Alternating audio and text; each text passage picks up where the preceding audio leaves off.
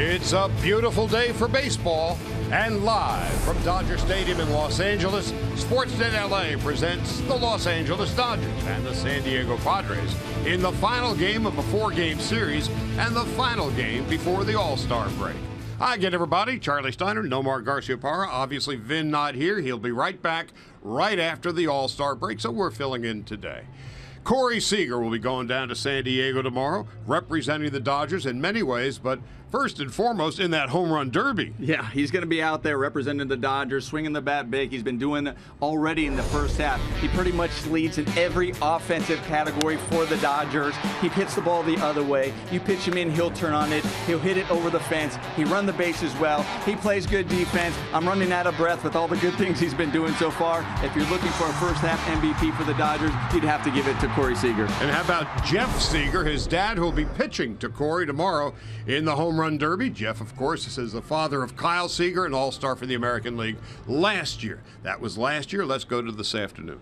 Kenta Maeda is looking for his 8th start of the year, and the Dodgers desperately need him to go long into the game today. When you look at that Dodger bullpen, they've been so impressive and have been throwing a lot of innings just in this homestand alone. So it's up to the starters, Kenta Maeda, to try to go deep into the ball game to give them a little bit of relief. If you look at the last time Kenta has gone into the 7th inning, that was back in April. And we know he has to establish the fastball to be successful. That way he can go to his breaking stuff and that he can get those swings and misses. For Kenta Maeda, he'll tell you, it's all about my command. So hopefully he has it today.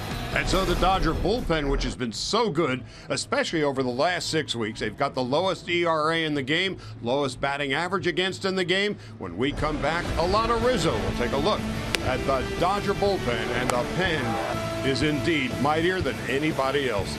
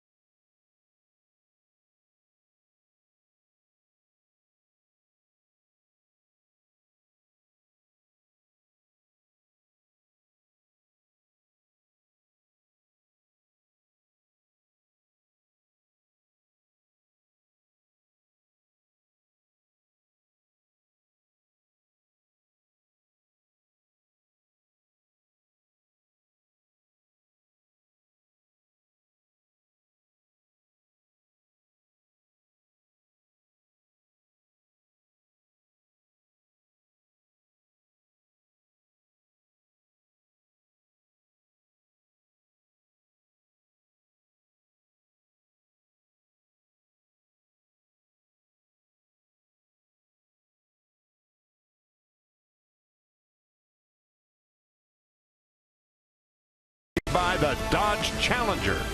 Test drive one at your local Dodge dealer today. 83 degrees, mostly sunny skies on this Sunday afternoon. Kenta Maeda out ready for his 18th start of the year. And here's the lineup he'll be facing this afternoon. With Melvin Upton Jr. leading off, and he's been hot. Will Myers had a great first half. Matt Kemp in right, Yangervis Solarte at 3-0-2 in the cleanup spot. Alex Dickerson, Derek Norris, and Ryan Schimpf. It'll be Alexi Ramirez batting eighth at short. Christian Friedrich, the 29-year-old left-hander, pitching and batting ninth, facing Kenta Maeda. Well, Kenta Maeda trying to improve on his last outing where he got the loss against the Baltimore Orioles, where he gave up 4 earned runs. But for me, the real key was the fact that he only lasted 4 innings. I mean, we look at this homestand. This is ending right here with their 10th game of this homestand. But in those 9 games, when you have the bullpen throwing more innings than your starters, it's really key for Kenta to see if he can try to get to at least 7 to help those guys out. Remarkable in this homestand through the from the first day of July until today. The Dodgers 6-3, and yet the bullpen has thrown more innings than the starters. So it's been an interesting journey for Dave Roberts in his first year as the manager of the Dodgers. Considering all the injuries, 10 games over 500, they come into the game having won 29 of their last 47. So away we go. Dodgers begin the day 6.5 behind the Giants. Maeda's first pitch is a strike. It's 0-1. Dodgers 6.5 behind San Francisco. The Padres 12 under 500. Upton.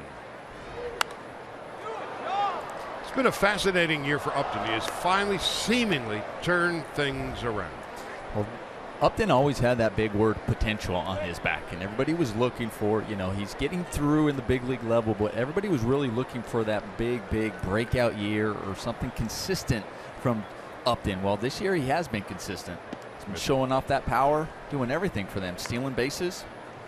They had the grand experiment there in Atlanta. Get the Upton brothers together. That didn't pan out. Neither is there anymore. Upton gets traded to San Diego. He's got that big contract to live up to. It just seems like now the clouds have opened up for him, and he's having a sensational season. Sometimes it's a matter of saying, okay, relieve the pressure off myself, be in a relaxed situation in an environment where I can just go out there and be. Maeda strikes him out. We're underway. Let's take a look at the Dodger defense, brought to you by Clamato. You say Clamato? You say Clamato. Puig is in right field, Trace Thompson in center, and Scott Van Slyke in left. And from left to right in the infield, Turner, Seager, Kendrick today, Adrian Gonzalez at first base, and Yasmani Grandal, of course, has been red hot lately, and so too has Adrian Gonzalez. As a matter of fact, Will Myers as well. Myers at 290 with 19 home runs. 8th in the league with 60 runs batted in.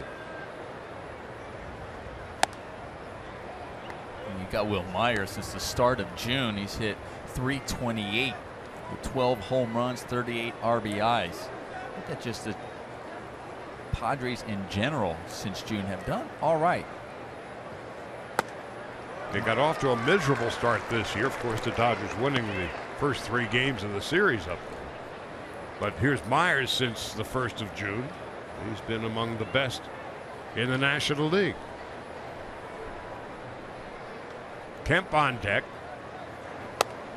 There's a strike on the outside corner, and the fastball early. I think that's really been the key for Kenta Maeda. We've heard Dave Roberts talk about it. He's also talked about is really establishing that fastball, not always relying on the breaking stuff, having that fastball command, so then he can go to the breaking stuff to put batters away. As he attempted to do there.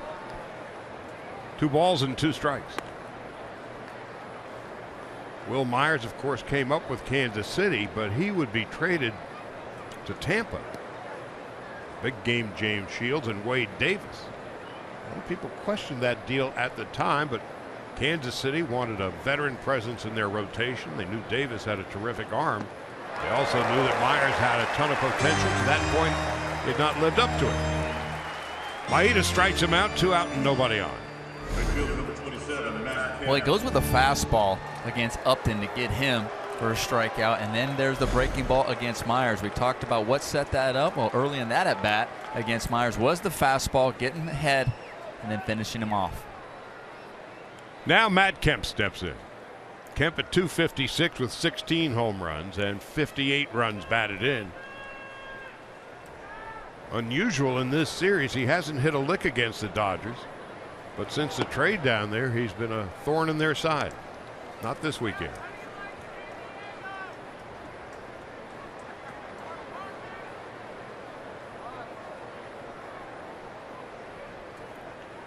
One ball, no strikes. Now it's 2-0. We were talking about this since the beginning of June. You know, the Padres have led the NL in runs with 198 runs scored. The big factor has been Will Myers, Upton, and Matt Kemp. And what's interesting is all the years that the Padres have been around, except maybe going back to the Nate Colbert days and all of that, it's been a pitching-oriented club. But this year, the pitching hasn't been very good. ERA ranks 12th in the league. But they're hitting. And this month, they've been hitting hard. 2-2. So Kenta Maeda, again, coming off his worst start of the year in his last outing. Strikes out Upton and Myers. 2-2 to Kemp, who has struck out 82 times this year.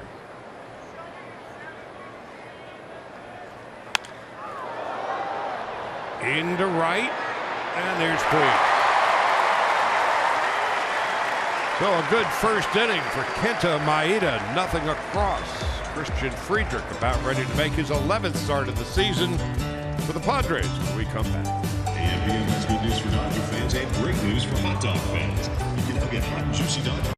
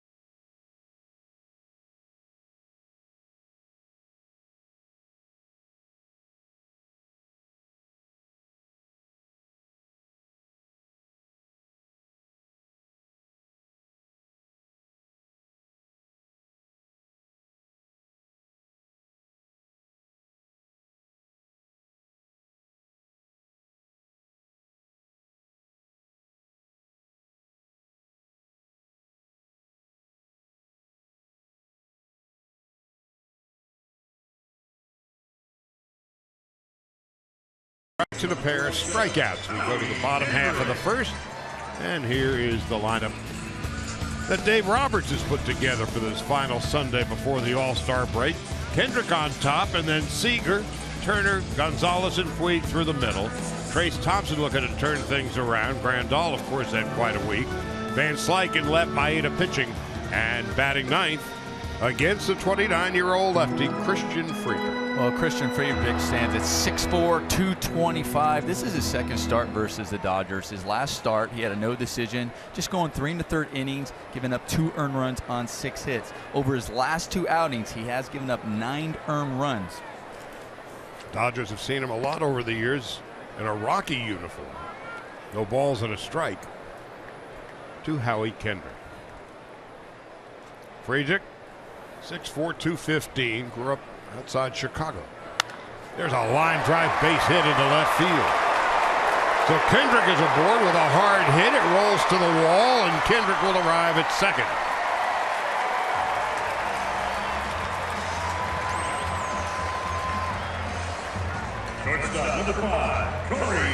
Well, before the game, Dave Roberts talked about Howie Kendrick leading off. He says, I love his flexibility in the lineup, and he also liked this matchup. As you see, the left fielder really going to what Howie Kendrick's strength is driving the ball up the middle and going the other way, assuming that that's what he's going to do against the lefty. But he's able to pull that one down the line and get a nice double. Alex Dickerson appeared to be a little late to the dance. The Dodgers aren't complaining as Corey Seager steps in.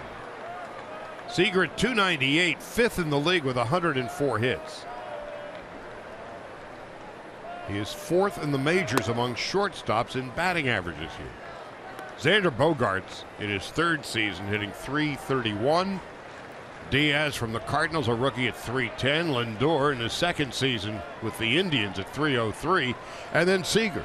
So there's a whole new generations coming in and taking over the spot that you want. I get asked a lot about that, about this young core of shortstops. And I said what I loved, and even when we were playing, is the fact that you have shortstops that are a factor in the middle of that lineup. They take pride in their defense, and they take pride in being an offensive threat. 17 home runs for Seager, and he bounces a base hit into center.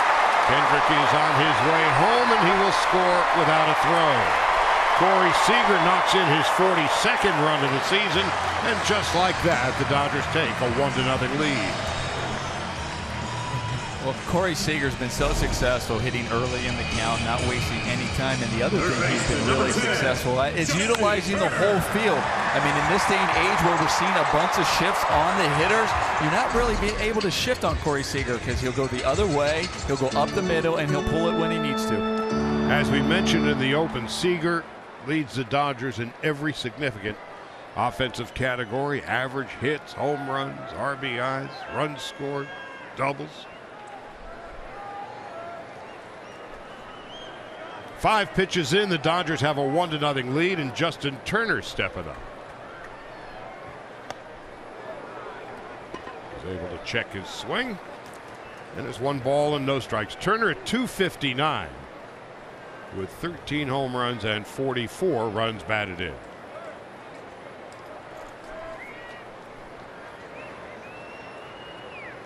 Final game of the 10-game homestand, and then the All-Star break. 1 ball, no strikes. Inside, 2 balls, no strikes. You know, they call it the All-Star break, but in real life, it's just a long weekend for the players. And for those who are at the All-Star game, there is no rest for the weary. As Corey Seager is about to find out. 2 balls and no strikes. Turner takes inside, 3 balls. And no it's strikes. so funny. You say it is just a long weekend. It's those 3 days where most people are like, oh, we have those long weekends anyway. You know, Labor Day, you know, Veterans Day, whatever it may be. We had one the 4th of July. But you hear the players talk about they are looking forward to that long weekend. Just to take them out of the relentless rhythm. There's a call strike, 3-1. This year, for any number of reasons, the schedule has been tough for the Dodgers. One, in about 3 hours or so, this will be their first day off at home since the day before the home opener. So they've been working every day, and games that they didn't play, they were flying somewhere. Here's a 3-1. Hard ground ball foul. It's now 3 balls and 2 strikes. Then you throw into the mix. The Dodgers have played 5 Sunday night games. That takes you out of your rhythm. And after one of those Sunday games in Pittsburgh, had a Monday morning game. So it's been a long schedule with a few days off.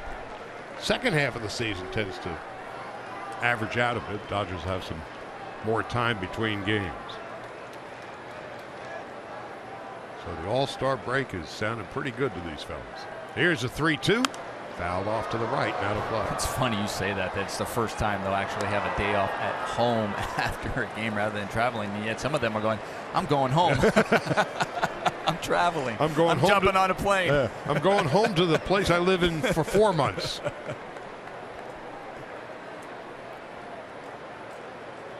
It's the life we chose. And that guy's jumping in the car. Yeah. He's driving down, which actually is nice. Here's a 3-2. Turner strikes out swing.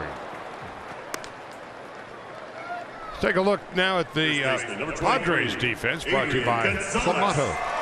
Got Hervis Solarte at third. Alexi Ramirez is at short.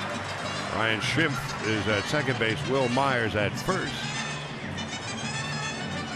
And you've got the outfield of Dickerson, Upton, and Kemp.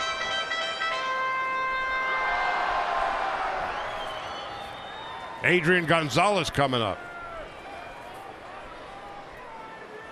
Gonzalez up to 288.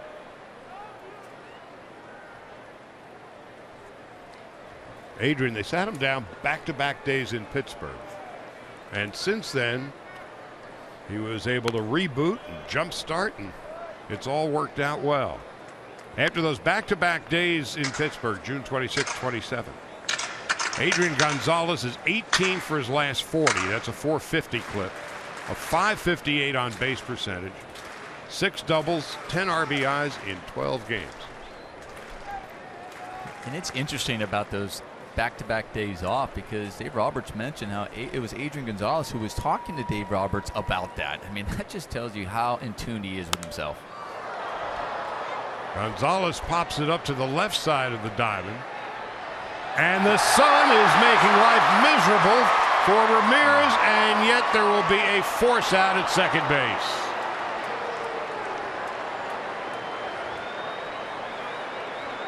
Corey Seager wasn't sure, and certainly Alexi Ramirez wasn't sure either. There's really nothing Corey Seager could have done on that ball, because you're assuming on a pop-up you're out. You can't get too far off the base for a double play. It ends up falling, and now you're going, okay, I have to get there to second base. That's just a tough play.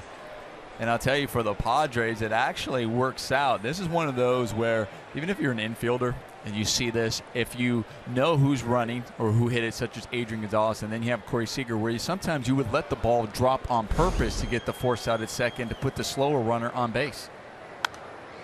And sometimes hope for that double play. Right, and so you're not. He wasn't trying to drop that ball. Obviously, you can tell he missed it in the sun, but it ended up working out right now for the San Diego Padres. Now here's Puig, since coming off the disabled list. Yasiel's hitting .328 in those 18 games. So the sun is going to be an issue. It's a high sky. No clouds at all. And the 0-1, and that got a piece of Puig.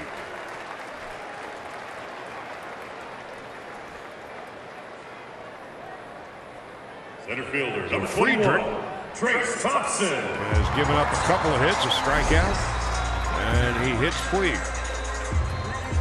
right on the foot.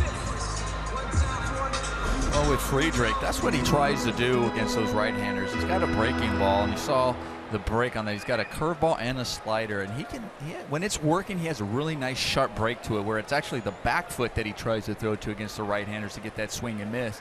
And he's also not afraid to climb the ladder to try to put you away with this fastball, high fastball, to get the guy swinging. Thompson's been struggling. He is 5 for his last 31. 2 on and 2 out, and the Dodgers the early lead here in the first.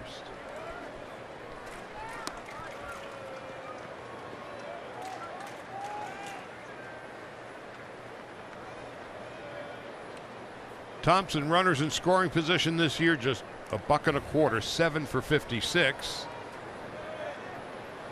Seager, the RBI single, plating Kendrick. The Dodgers 1-0 with 2 on and 2 out in the first.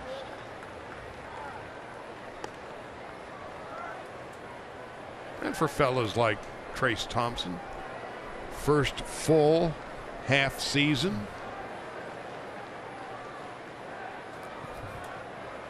He'll wear you out.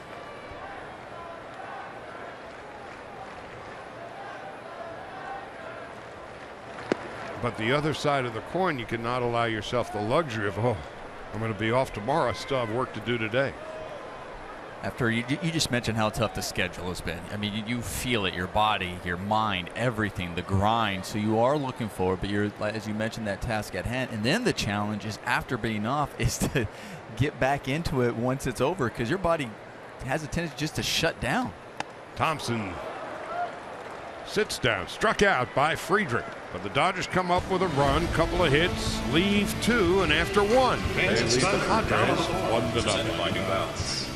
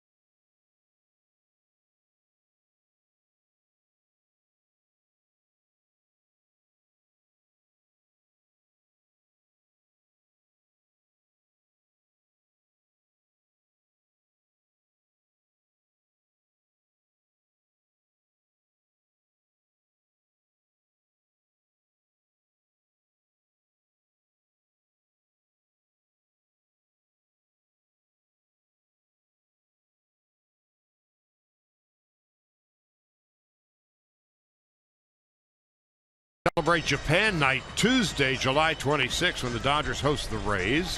And the first 40,000 fans in attendance will receive a bobblehead featuring Kenta Maeda, courtesy of San Manuel Indian Bingo and Casino. Arrive early for a special pregame performance. For tickets, visit Dodgers.com/promotions. So we'll go to the second inning. Maeda retired the Padres in order in the first, striking out 2 of them. And Yangervis Solarte will be leading it off. Alex Dickerson, left-handed hitter, and then Derek Norris. First pitch of the second. Breaking ball. A lollipop at 71 miles an hour. It's a strike. 0-1. So he bottoms out about 70, 71 miles an hour, Maeda does. And then that fastball up around 91. And a ground ball to second base. Kendrick with Maeda covering. Well, you talked about that differential in his off-speeder, that breaking ball, and his fastball. It's one of the reasons why the Dodgers have told him about you really need to establish that fastball. Don't just rely on your breaking stuff, because there is such a big differential. Let's keep these hitters off balance, where it's not always about striking them out. But if you get them off balance, maybe they're either out in front or you jam them with that fastball. They're not squaring it up. Utilize the defense and have those efficient innings. Maeda, percentage-wise, has thrown fewer fastballs than just about anybody in the league. Now here's Dickerson. And he takes a strike, 0-1. So he's got the 71-mile-an-hour curveball, a slider in the low to mid-80s, and then the fastball, high 80s, low 90s. It's almost reminding him that, okay, yeah, your fastball, it may not be that velocity that you see here, the 97, 98 to the mid-90s, but that's okay. If you can spot it, you're going to be just fine with it. Spot the fastball and then go to your breaking ball. Maeda on 1-1. Here's a 90-mile-an-hour fastball, and it's 1-2.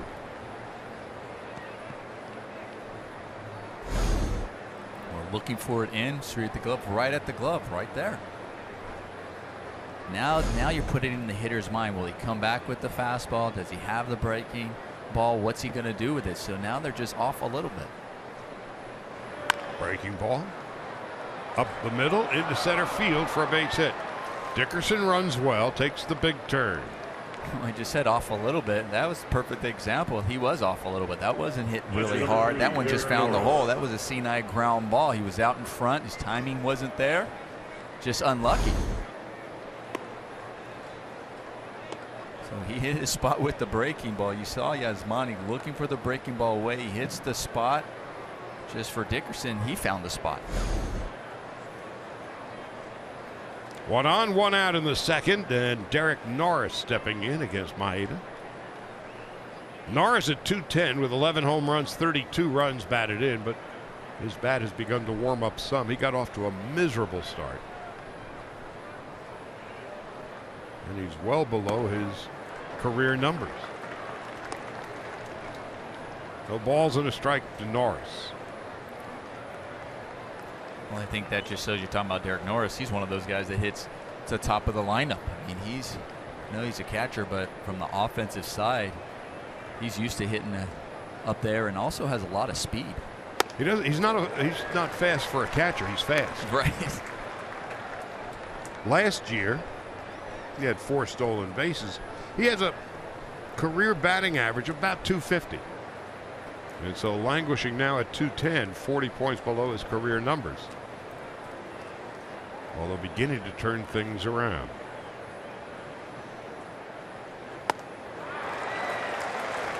That, for Maeda, is his 3rd strikeout.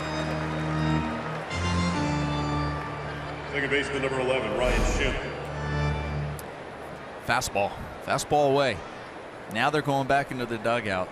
They're talking amongst each other, the opposing team, and instead of saying, "Oh, he's not coming with his fastball, you can look breaking ball, sit on those pitches." Now he's like, "Oh, he finished me with a fastball." Yeah, he mixed in his breaking ball. Now, now they're putting some thought in and saying, "Okay, what is he going to throw me at any given count?" Ryan Schimpf stepping in. He was hitting .330 at AAA in his call. You were talking about, all right, so he's got a fastball here, breaking ball here. This is what we talk about when they say it's a game of adjustments. Who's adjusting to whom and how quickly? Well, a lot of times, you mentioned the numbers are the numbers. You talked about, yeah, he throws more breaking balls than he does fastball. They have those scouting reports. So you're looking at that, when you're preparing to face the pitcher, you said, oh, wow, it's more breaking ball, more slider, more curveball than it is fastball. So maybe I'll come in and just sit on the off-speed stuff. Don't have to really worry about the fastball. 1-0 to Schimpf.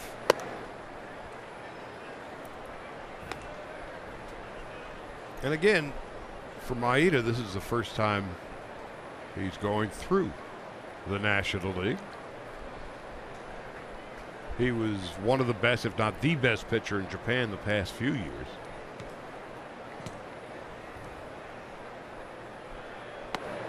There's a strike. And so I was just thinking about that. When sometimes you go back to what you've been successful with. Maybe that was what he was really successful over in Japan. Maybe it was the more curveball and off speed I threw. I was more successful. And so that's where sometimes you're going, okay, I'm going to turn to what's worked for me. I know I'm here in the new country, but let me go to that where now these hitters are adjusting better to it. What I know best. Right. Missing outside, 3-1 to Schimpf.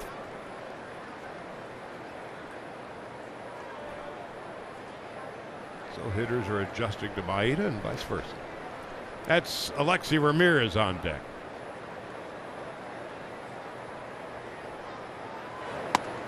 3-2.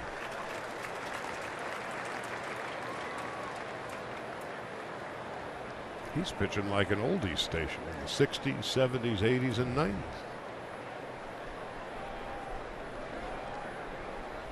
And the next pitch will be his 30th.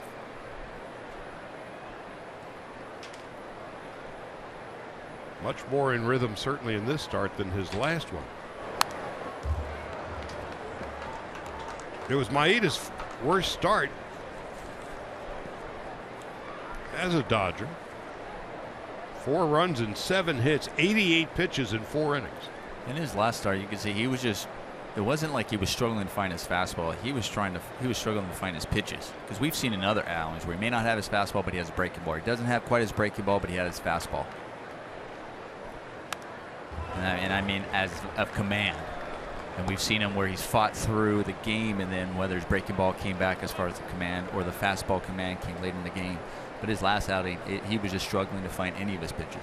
Never in rhythm. Early returns much better today. Dickerson again will get a head start.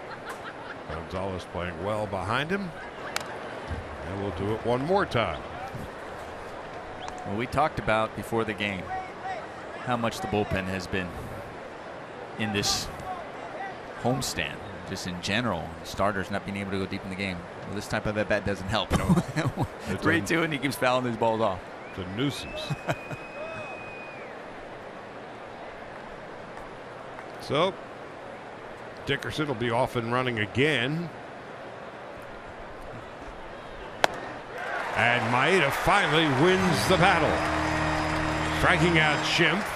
He's got 4 strikeouts through 2 and a 1-0 lead as we go to the bottom half of the first.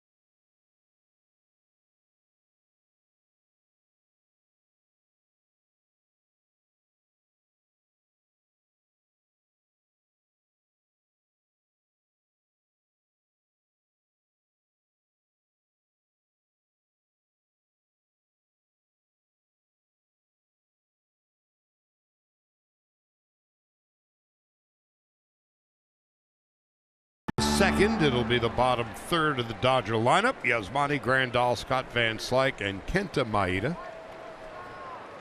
against the 29-year-old lefty Christian Friedrich, making his 11th start. He's got an ERA 4.42, and Grandal has been on fire in this series. Finally, north of the Mendoza line, and what a night he had the other night. 5 for 5, 6 RBIs, 3 runs scored, and 3 home runs. That was, as you might imagine, the best night of Yasmani Grandal's career. Now with 12 home runs. And that's going to drop in for a base hit. When you're hot, you're hot. How oftentimes do we see Charlie where you get traded away from the team and you go back and you play the team that traded you and you eat them up, you beat them up. That's where he's got his 3 home run game against. Another single here. We talked about how Matt Kemp against what he's been doing against the Dodgers since he's been over there in San Diego. Good for Yasmani. You have a lot of guys over there happy for him and how he's swinging the bat. Here's Van Slyke starting in left field today.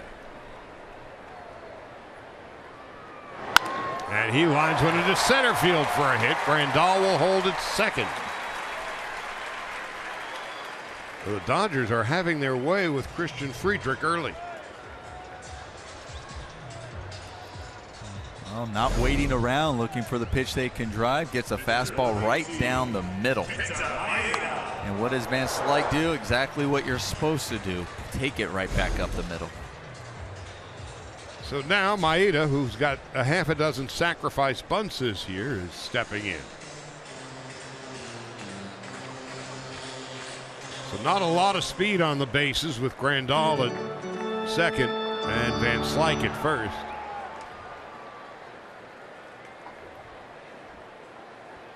The 1 home run Maeda hit was against the Padres in his Dodger debut. Bunt too hard.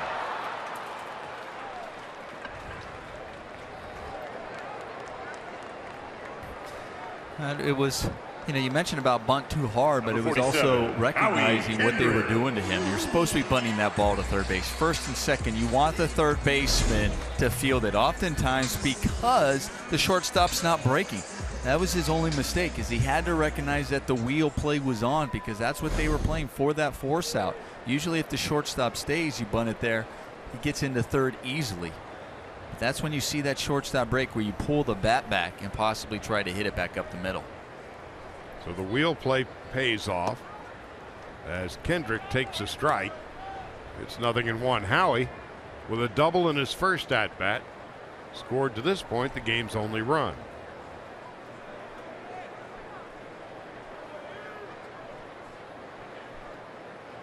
Kendrick has been hot the last 6 weeks.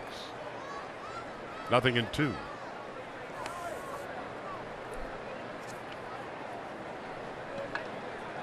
Ten for 33 on the homestand. 196 with runners in scoring position. Has reached base safely in 22 of his last 25 games. 0-2 with Van Slyke leading from second, Maeda from first.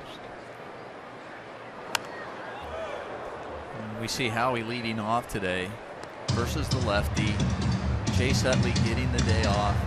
And I don't, you've always heard Dave Roberts talk about Chase Utley, especially what he's meant to this team. Top of the lineup, second base. It's not about just the matchups here with the lefty, but if there is a matchup and he's thinking, listen, now I can get Chase Utley possibly 5 days off going into the All-Star break. Which then raises the question, how much is too much time off and at what age? That's a big way. Yeah. That's so true. Dave Roberts is only about 5 years older than Chase Utley. So he's probably going, gosh, what would I like? I can use the 5 days. But again, you can speak far more eloquently about it than I can. Baseball is a game of regimen, routine, rhythm, and then 5 days off is how much is too much. It's tough, but you also have a veteran that you're doing it to, Chase Utley, who understands that, okay, what he may need during those 5 days. You know, I guarantee you he's not just going to sit for 5 days and do nothing. It's a matter of, okay, what does my body need as far as exercise, maybe getting some work in off a tee or in a cage, off whatever it may be. Guys know themselves, for especially him, this many years, they know what to do during the break. 1-2 to Kendrick.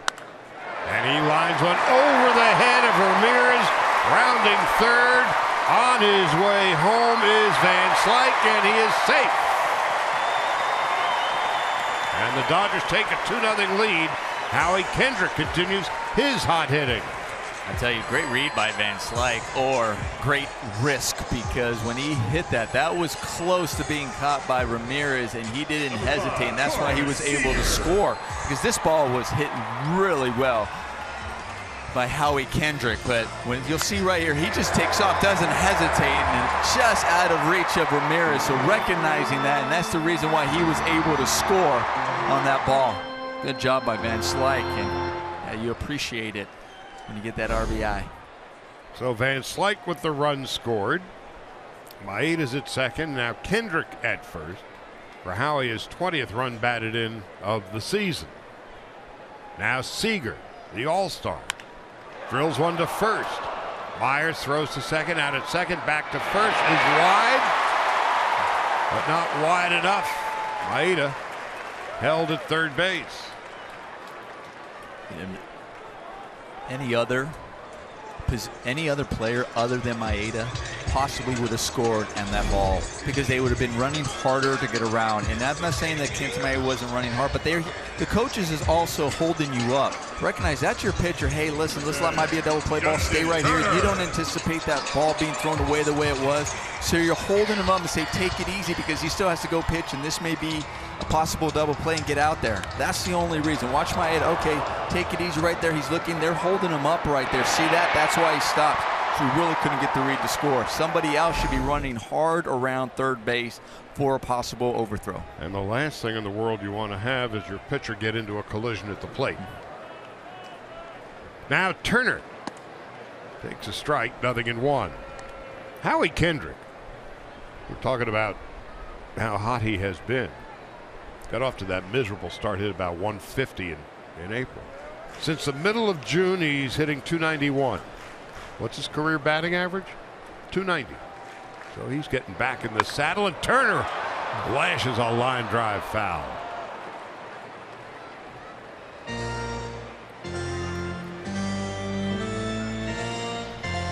Charlie, and I know at home people are going, well, wait a minute. I mean, Bigley shouldn't be just running hard in general. I mean, I know down Little League you're expecting after your pitcher, but at this level, you're not expecting that. You expect possible double play or them throwing it out. And it's more, you're going, okay, rely on the line of caution more to say, this is our pitcher. We got to protect him, and he still has to go out there and pitch. It's only the second inning. It's the old question of risk and reward. Right. 0-2 to Turner. Down on strikes for the second time today.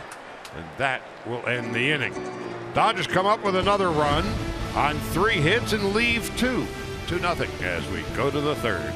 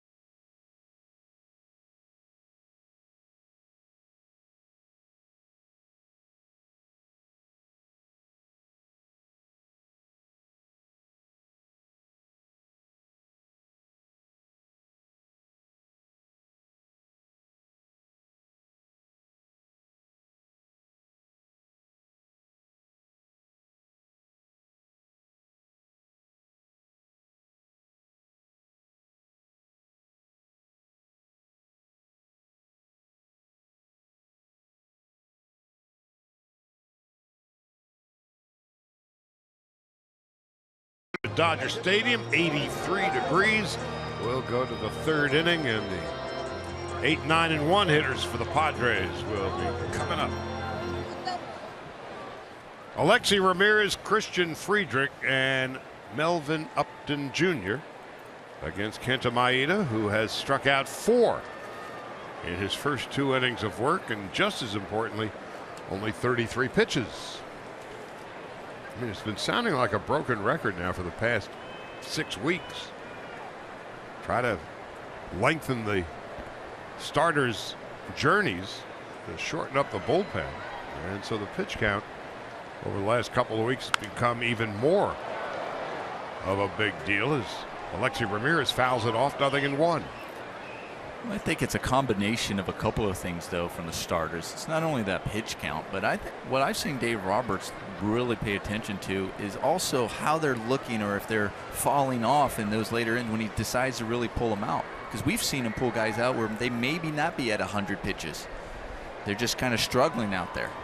Ramirez on 0-1, now no balls, 2 strikes. And you and I were talking about it long before we went on the air today. The way Dave Roberts has manipulated the bullpen, and that is with the highest compliment. He's got his matchups pretty well figured out, inning to inning to inning, and it becomes all the more difficult where he's got to use everybody almost every inning. I think it's a compliment of 2 places. Dave Roberts, definitely, the way he's utilized them.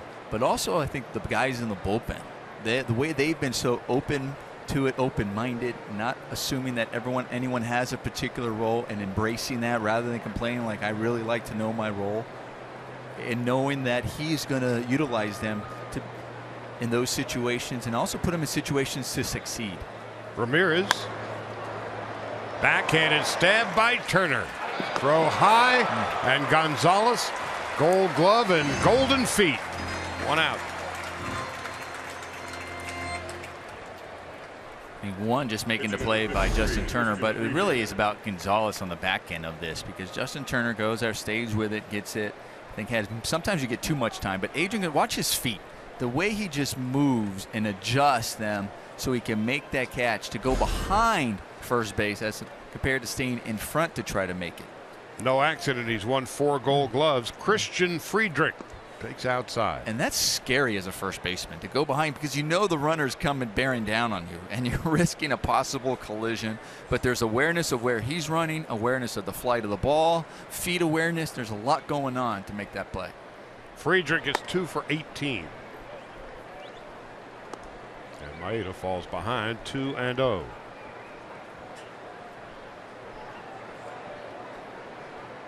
So the Dodgers will be shutting it down and moving on out after the game today to wherever they will take their time off. There's a strike. And then the Dodgers resume activity on Friday. Long road trip and a hot one. Next weekend in Arizona, then 3 games in Washington and 3 in St. Louis.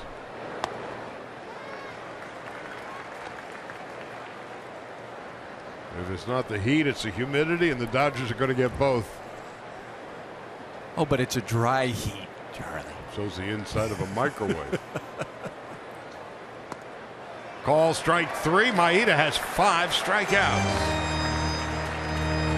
The Red Sox come back to Dodger Stadium for the first time since 2013. Be here Sunday, August the 7th, when the first 40,000 fans in attendance receive Dodger Blue socks, courtesy of AM/PM.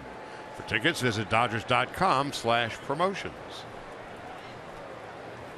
So a very solid start to this point for Kenta Maeda. And here's Melvin Upton Jr. Struck out in his first at-bat. We were talking about how this has really been a turnaround season for him. Last year, in 87 games, and for the Padres, this is their 88th. He had no go-ahead or game-winning RBIs, none. This year, in 87 games, he's got 21 late inning RBIs.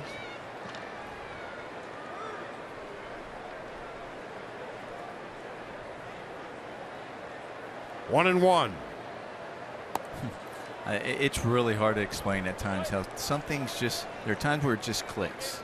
Sometimes it's you just in your mind recognizing the confidence or the belief in yourself, or somebody else. Maybe it's a different coach. You know, he does have a new hitting coach over there, Alan Zinter. Maybe there's something that he told him that just resonated. 2 balls, 2 strikes.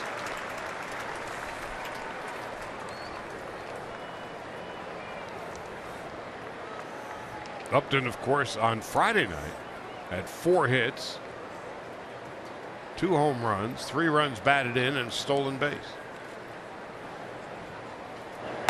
Led off the series with a home run on Thursday night, but down on strikes here to end the top half of the 3rd. Maeda has brought his A game with him this afternoon. He's got a 2-0 lead to work with.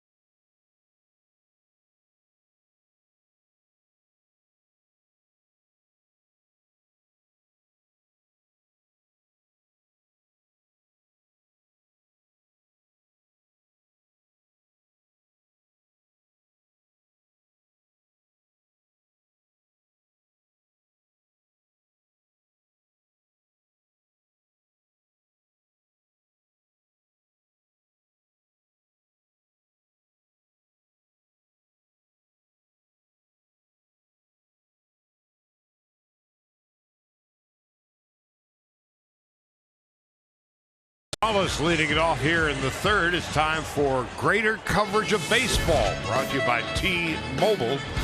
And in the last 12 games, Gonzalez has been red hot. That's basically since he sat down those back-to-back days in Pittsburgh. He was able to reboot, and so far so good. Got a board on a force out in his first at-bat. And he takes the ball outside, 1 ball, no strikes. We're talking earlier in the year how difficult it was for Gonzalez to hit here at Dodger Stadium. First 31 games, he hit $162. But in his last 16 games at home, he's hitting .364. And that's why they call it a batting average. You look at the back of the baseball card, at some point, these guys will get to be about where they've always been. And then they always ask you, well, why? Why are you only hitting that at home and then hitting better and hitting over 300 on the road? And you as a player, you look like, I don't know. If I knew, don't you think I'd do something about it? Of course. Sometimes they're just, it's out there. And Gonzalez is out of it. Sometimes you want to say, well, you know what? My bet at home is awful. You know what? You don't know. Number 66. And they look at you like, that's it? You don't know? And the irony is, if you knew, it wouldn't be an issue anymore. Change it. If it was a bet, I'd get a new bet. If it was something else, I'd change it. Puig hit by a pitch in his first at bat.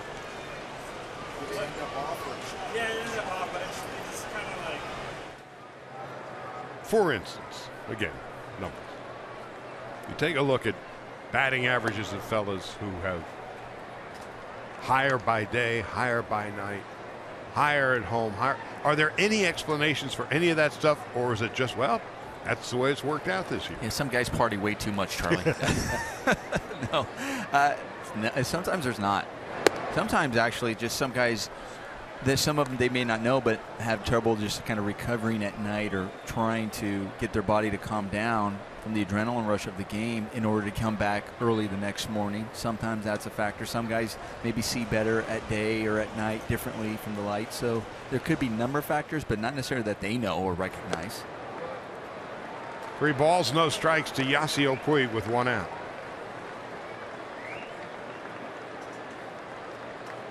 So we'll see numbers and stuff, and that's kind of interesting. But you know, they break it down. It's like day games to the east of the Mississippi.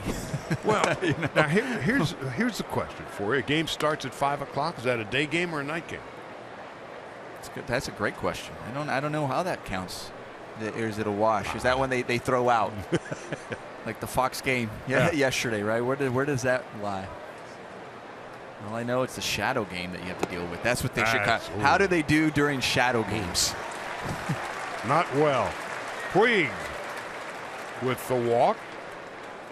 Puig hit by a pitch in his first plate appearance, and now he walks for the 17th time this year. Trace Thompson coming up. Thompson struck out in his first at-bat. Trace has been struggling lately. He's 5 for his last 32.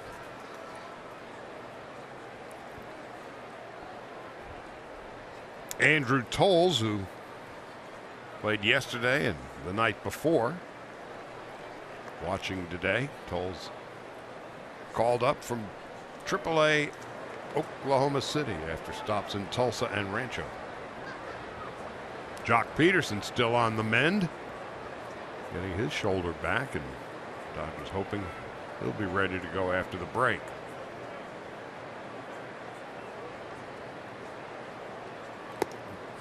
And we're talking about the break, obviously, rightly so, because this is it till the break. And when guys are struggling, they're looking forward to the break, and they're going, okay, mentally, now I get to regroup, wash away the first half, start fresh. Guys who are doing really well, they're going, I hope I continue it after the break. I hope the break doesn't hurt me so much. I don't need no stinking yeah, rest. And you're like, oh, really? I don't need it just yet. But when you play this long in the season, over the course of a long season, you're like, okay, I'm glad the break's here. I'm playing really well, but back of your mind, you're going, okay, what do I need to do during the break? What is it, or how does it start following it? It's a mental battle, a mental game you play with yourself. Now, if memory serves, you came up late in '96. Came up, yes, the last day of August. So you got a little taste of the relentless nature of the schedule. What was '97 like for you? That first year where it's 162 games. You've heard about the marathon and sprint and stuff. Exhausting. This is at the end of my rookie season. I always want to come back home as soon as I can here to Southern California. I called my parents. I'm like, I won't be home for a week. I had an apartment I was renting. I checked out. I went to a hotel for a week and did not leave my room for the first 4 days. I just didn't leave. Ordered room service and never left. I was exhausted. Maybe should have gone in hindsight, but that's a sign of exhaustion. You're supposed to go to the hospital for that. Instead, I checked into a hotel and literally I stayed in bed for 4 days. Obviously got up, showered, but just watched every movie, ordered room service, and was so tired physically and mentally. 2 balls, 2 strikes to Trace Thompson with 1 out, a 2-0 Dodger lead in the bottom of the 3rd. And it's every bit mental exhaustion as it is physical. Well hit to left, but there to make the play is Dickerson. Some tough luck there for Trace Thompson. You were talking about the struggles he's been having, and then when you square one up like that, when you're looking for something positive to happen and you're hoping that it just falls in for him. So you really, once again, you talk about as it is mentally, then physically, mentally, you have to tell yourself, stay right. That was a good at bat. I got to stay right there, even though the result wasn't there. At the roughly halfway point of the season. This is the 91st game for the Dodgers. Of course, intermission will get underway here in a couple of hours. Toss to first base, and Puig's back standing up. At this point, it's just a question of exhaling. And there is some physical workout to be done. I guess I'm more curious about how it was that after your first full season in the majors, you checked in to a there's a line drive base hit. Grandal continues his hot hitting. Dodgers have first and second, 2 out. There's a contrast right there. We just said Trace can't wait for the break. Grandal is going, really? Can we push the break back a little bit? Yeah, there's no hurry.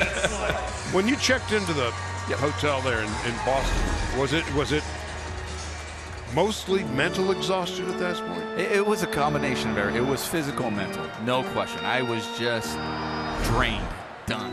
Physical, mental, had to just stay regroup, and then, like I said, literally just started walking around. Was connected to a mall. That fifth day, I kind of go, okay, I think I can walk around now. I need me a Williams Sonoma fix. Something. Instead of room service, I think I needed the food court. Scott Van Slyke has singled and scored a run this afternoon. Dodgers 2 runs and 6 hits. First and second, 2 out.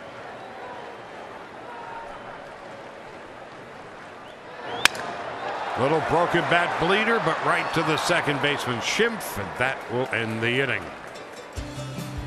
No runs, 1 hit, 1 walk, 2 left. 2-0 Dodgers after 3.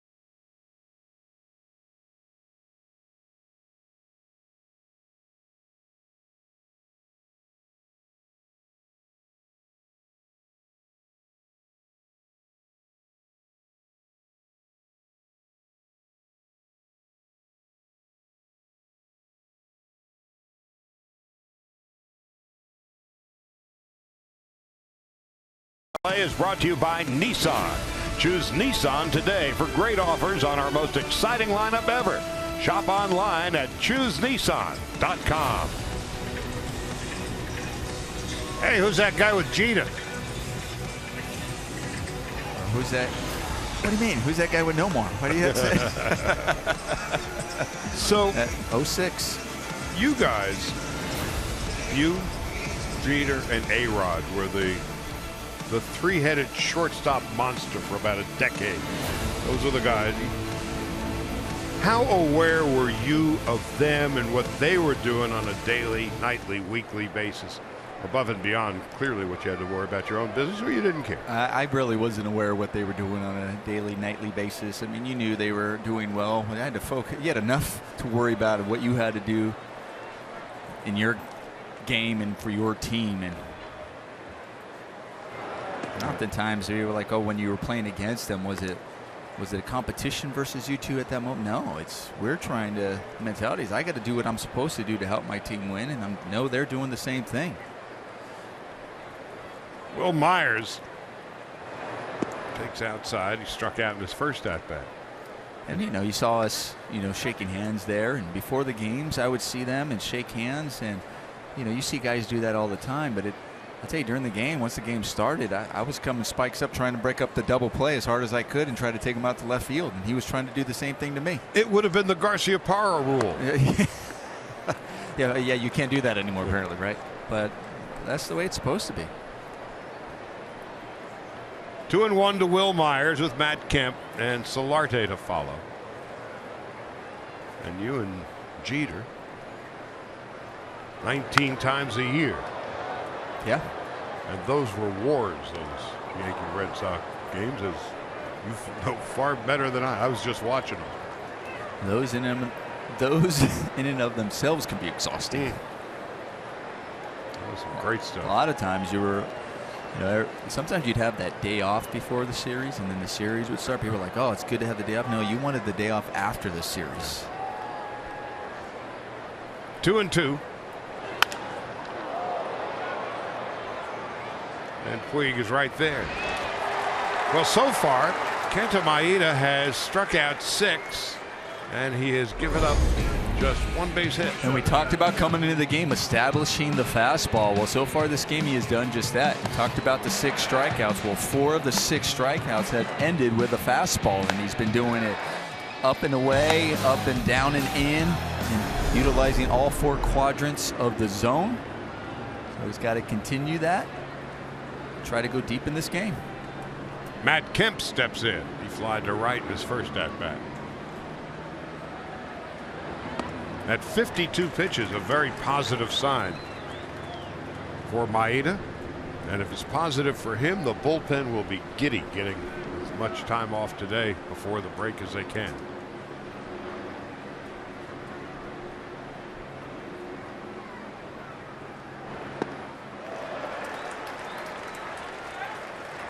Kemp falls behind, 0-2.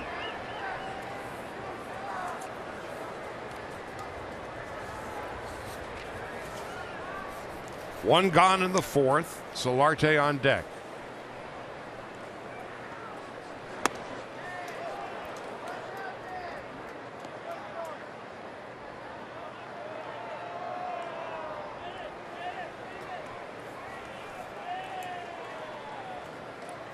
One ball, 2 strikes.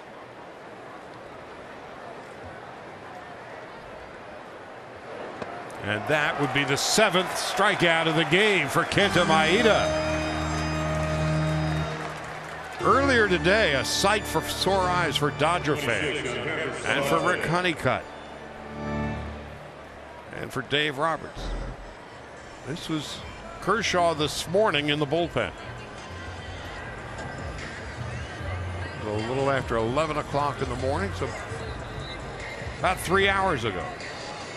For about 20 pitches, and you can judge how he's doing. There's no timetable yet given to the Kershaw return to left field, and there is Van Slyke.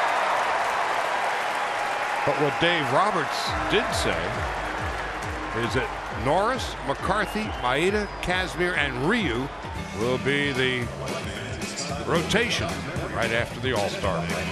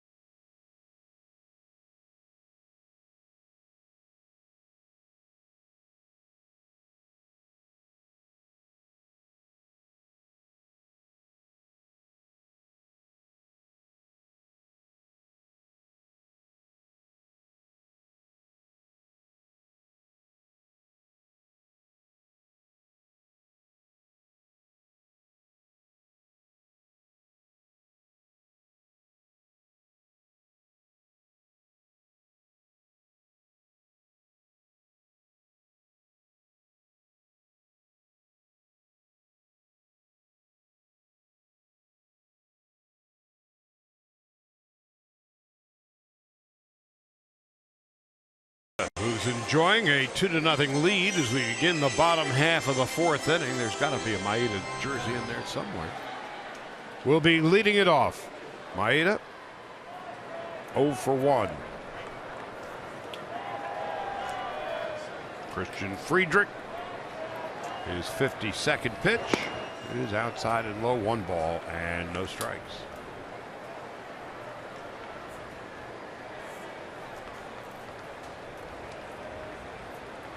Kendrick and Seager are next. Oof. You know, when Maeda first came to Glendale, he would tell anybody who would listen. A, I like to hit. B, I'm a pretty good hitter. And C, in his Dodger debut down in San Diego, he hit a home run.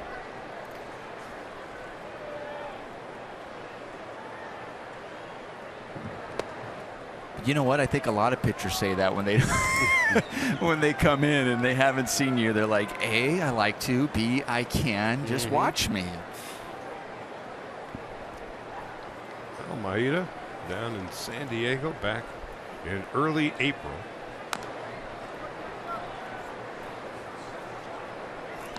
He hit us home run, but he doesn't have to stop. Did somebody tell him that it's okay? You got one. You can continue with that. His second big league at bat, his first and only home run.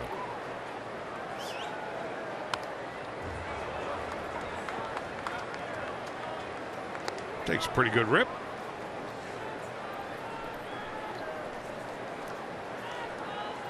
Maeda in search of his 8th win of the year. And so far, through 4, he has struck out 6 and given up a hit.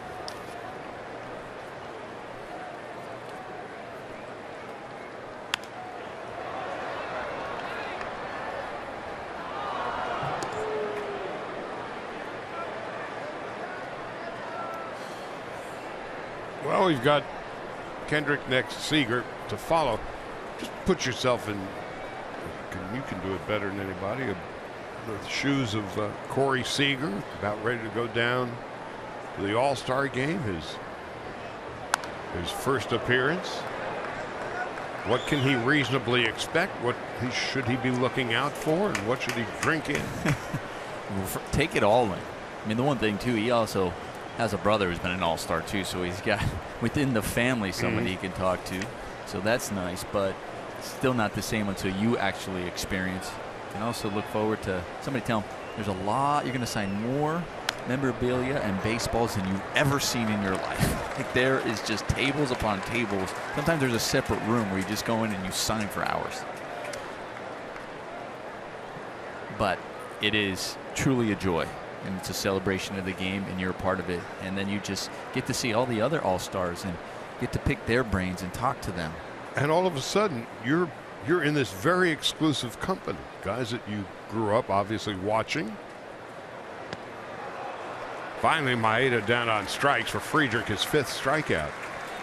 There must be this overwhelming sense of, hey, I actually belong here. The cool thing is I would also recommend is as we see his shirts, and that's exactly what I was going to talk about, is right there, is that with his phone, when he gets in there, is to take a picture of your jersey and your name on the locker and the ones you're with next to. Like, if you can get just that angle where you get a line and you see, listen, look at all these all-stars and my name's amongst them. That is just such a cool thing when you walk into the locker room and you see that. The Maeda at bat cost Friedrich 9 pitches. Maeda fouled off 6 of them. Kendrick 2 for 2 with a fly ball to center field.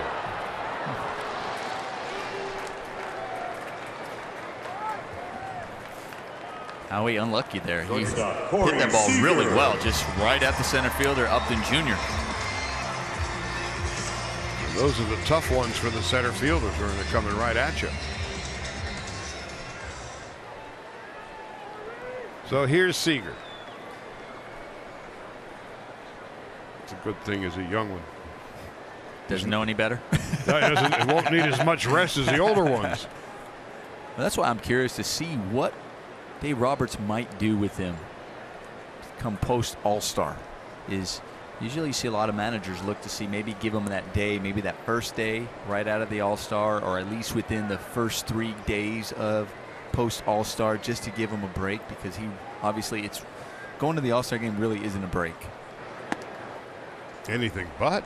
And that's why they look to add that one day, that Thursday, that extra day, because those at the All-Stars and after that went, it didn't even exist, because you're flying back to where you got to go. Long about the 7th inning. Yeah. 0-2 to Seager.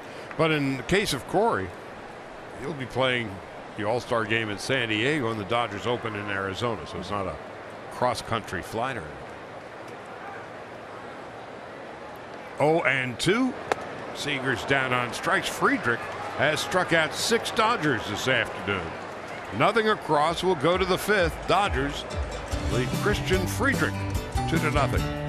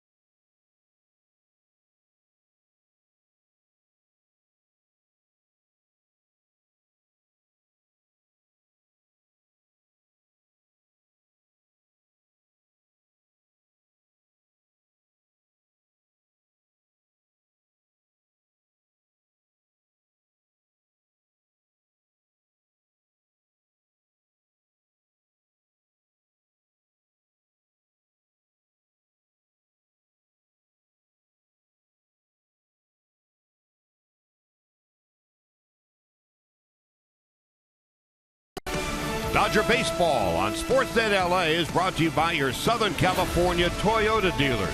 Toyota's Summer Drive sales event is going on right now, where you can save big on the all-new Prius. Hideo Nomo, 21 years ago, making his All-Star National League debut, and his countryman Kenta Maeda, so far so good through 4 innings this afternoon. Maeda has given up no runs and 1 base hit. He has struck out 6, hasn't walked anybody, and just 56 pitches through the first 4. Dickerson, a base hit in his first at-bat, takes a strike, and it's 0-1.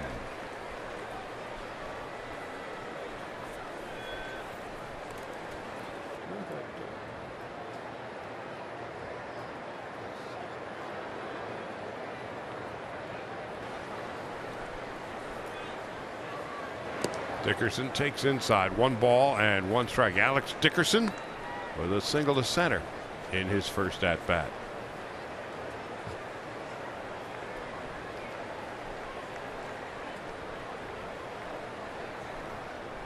The 1-1 is popped up. Grandal battling the sun and making the catch. Well, we made a big deal about pitch count and how important it is for Maeda to go as long as he can today. Dodger bullpen in the 9-game homestand has thrown 44 innings. Just a bit under 5 innings per game. You see how much better the bullpen ERA has been than the starters. And on this homestand, the Dodgers have gone 6-3. And where would they not be without the pen?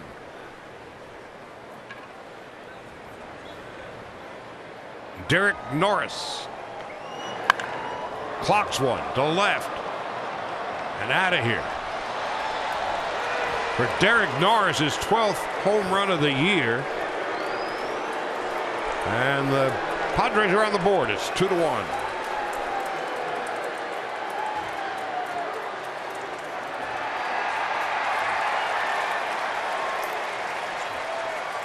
Well, we talked about how you're in the dugout, you're talking about your first time through the lineup. What has he got? What's he featuring? He's been doing a good job mixing up the pitches, and we know that he, start and scout and report that he throws more breaking balls than fastballs. Well, sitting looked like there he was not necessarily just sitting on a breaking ball, but he got a hanging breaking ball that he sat back well on and did not miss. The 10th home run of the season surrendered by Maeda. Dodger lead is now 2-1 as Norris hits his 12th home run of the year. Ryan Schimpf stepping in. Dodgers 2 runs and 6 hits. The Padres a run and 2 hits. And there's a line drive. Foul ball. Well, Norris got it all, and Schimpf just laced a line drive. Well, it's really Kenta Maeda needs to regroup here. If you're going to give up a home run, pitchers always say, if I'm going to give up a home run, make sure it's a solo shot. All right, that's a solo shot.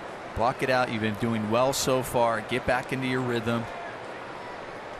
Get back to making pitches, hitting your spots.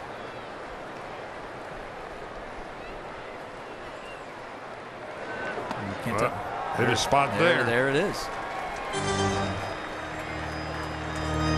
And, we talked about prior to the last inning, we showed that 4 of his 6 Ks he'd gone with a fastball. You know why he gets to swing and miss here? Well, it's because he's been throwing that fastball. If you're looking break your ball and knowing that that's all he's going to throw me, then you notice that that's going to break out of the zone. But that one looked like a fastball. He's shown that he's not afraid to throw the fastball today. So that one coming in, starting off, looked like a fastball and then breaks out of the zone, and that's why you kind of get that half-hearted swing by Schimpf.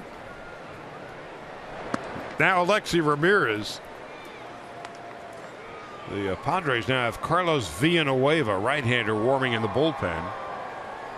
And so Friedrich may or may not bat or continue on. If Ramirez gets aboard, we'll see the pinch hitter. 1 ball and 1 strike. Alexi Ramirez bounced to third in his first at bat. There's Friedrich.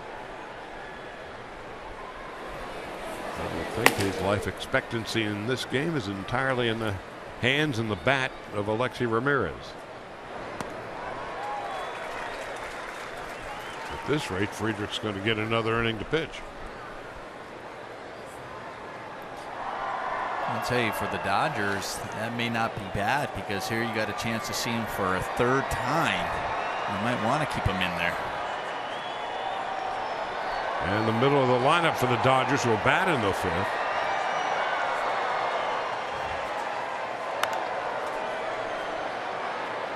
Gonzalez gives chase and runs out of room.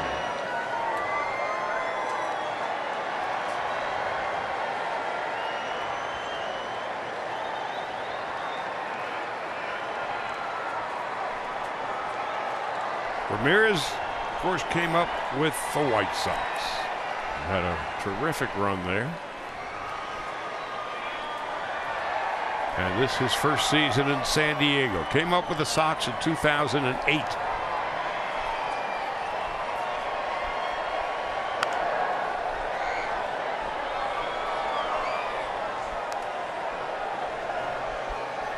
His 9th big league season, his first in this league.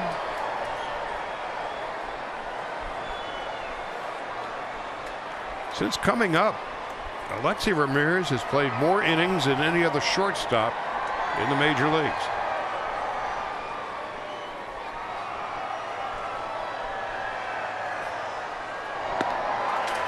Kenta Maeda has 8 strikeouts on the day. 2 in the first, 2 in the second, 2 in the third, and 2 here in the 5th. 2-1 Dodgers after 4½. All right, Dodgers.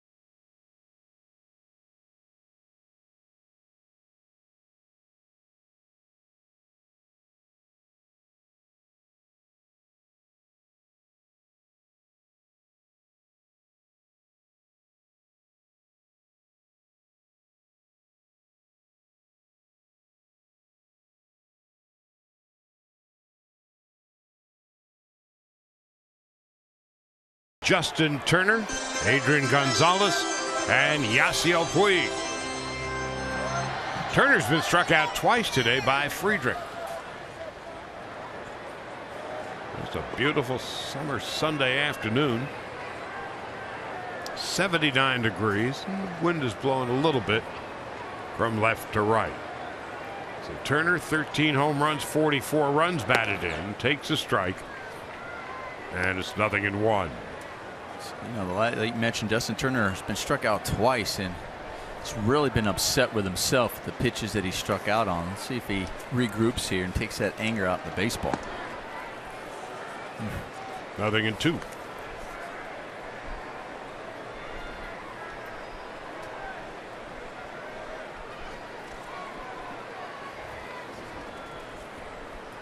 Turner at 258. Takes high and inside. 2-2.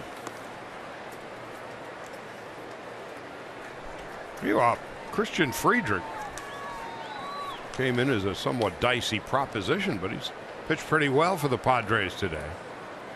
2 runs and 6 hits. Call strike 3. Turner's down for the 3rd time, and the 7th strikeout from Christian Friedrich.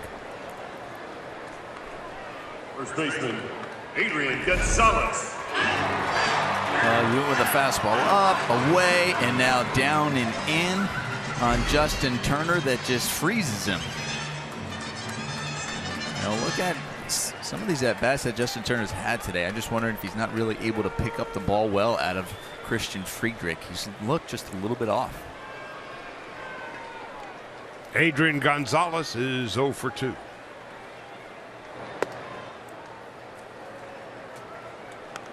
And again, then the question we were raising earlier, is it a number or not? Degree of difficulty hitting by day as opposed to night.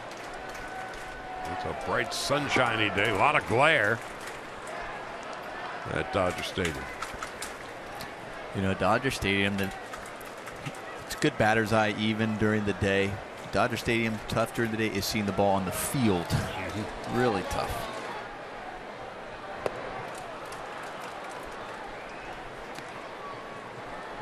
Well, you've got the lower decks. Yellow and gold. Yeah, there's no fielder's eye is what I like to call. You have a batter's eye, obviously dark in center field, so you can see the ball coming out of the pitcher's hand. But there's really, because of the way the behind home plate and the way the seats are, there's really no big fence behind home plate, so I call that like a little fielder's eye, where you try to pick up the ball against the background, so sometimes it just blends in with the white shirts and people sitting in the stands, so it's tough to see. A sunny day is great for the fans. Here's the 1-2. Gonzalez to left, well hit. Dickerson going back, leaps, and it's gone. A home run off the top of the fence.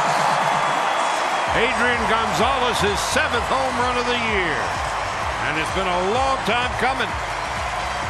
Dodgers 3-1.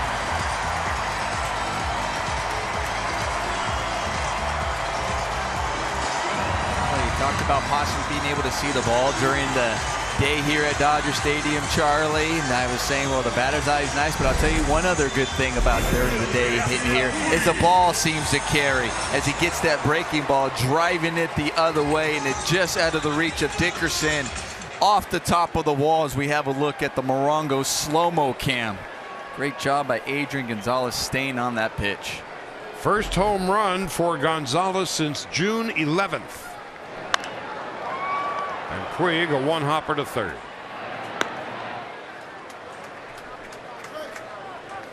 So Adrian Gonzalez again continues this unbelievable almost 3 weeks now since the back-to-back days off in Pittsburgh.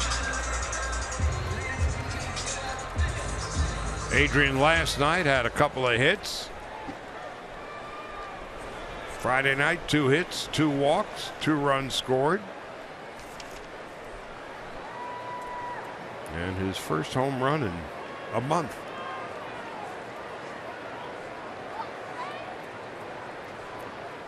Trace Thompson, That's a big hit right there, just to put them, giving them 2 runs. But it can help Maeda, because after that last inning, Maeda giving up that solo shot, now it's cuts the lead in half. You're just a 1-run lead, so you're thinking, gosh, now I really got to buckle down, go out there this next inning. But now all of a sudden making it a 2-run lead, back to what you had earlier in this game.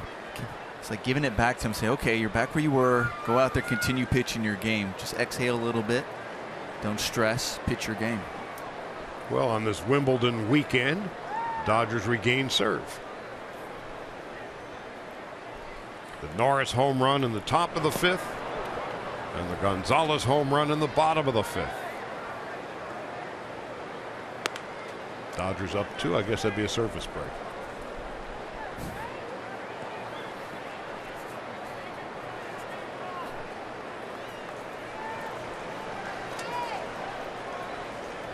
One ball, 2 strikes, and 2 out.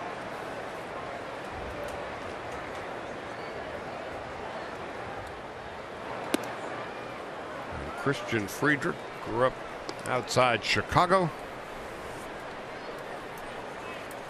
On the short end of a 3-1 score following the home run by Adrian Gonzalez.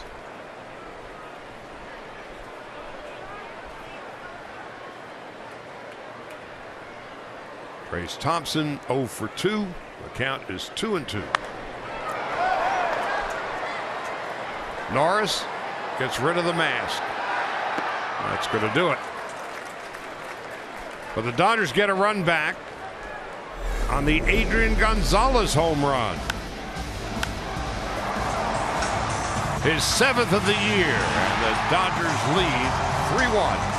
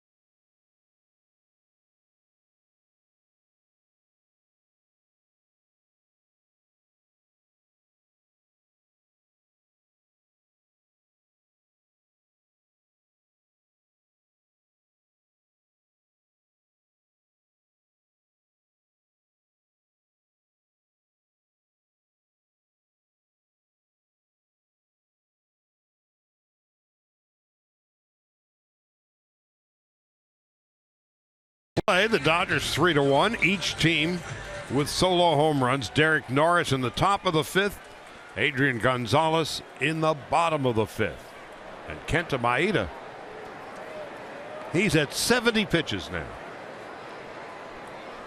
Based on this season, there's not a fine line, but a big line between pitches 1 through 75 and 76 and above. Wallace swings and misses, nothing in 1.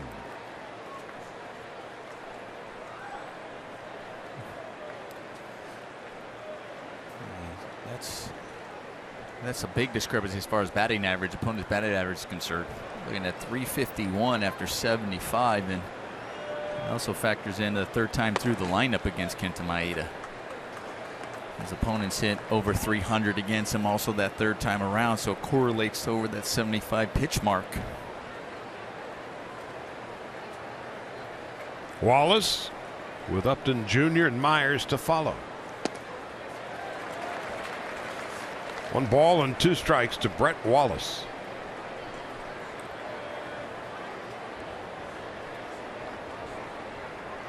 So Friedrich goes 5 innings, 3 runs and 7 hits, 80 pitches, 7 strikeouts and a walk. Correction, 9.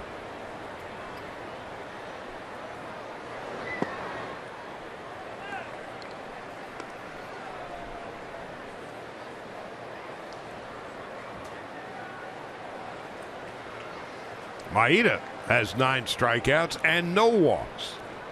Boy, it's a polar opposite of his last performance.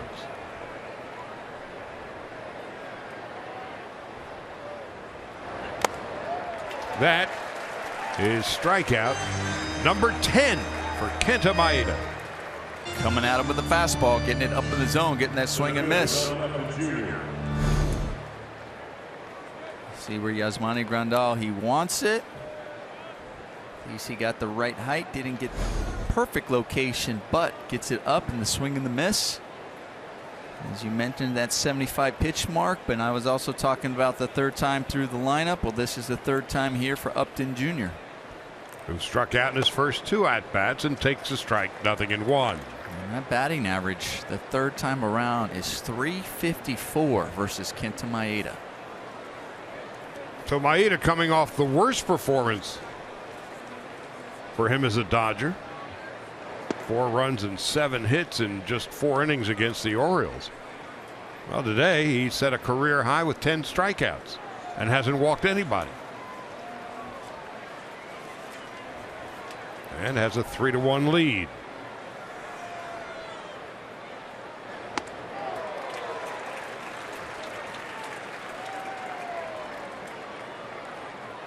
So Maeda, quite a turnaround performance today. And there he is at 78 pitches.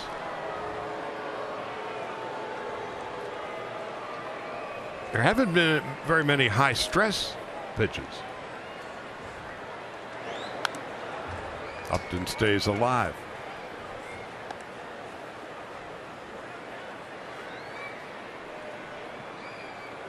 Maeda is due to bat 3rd in the bottom of the 6th. So one would think this may be his last inning of work.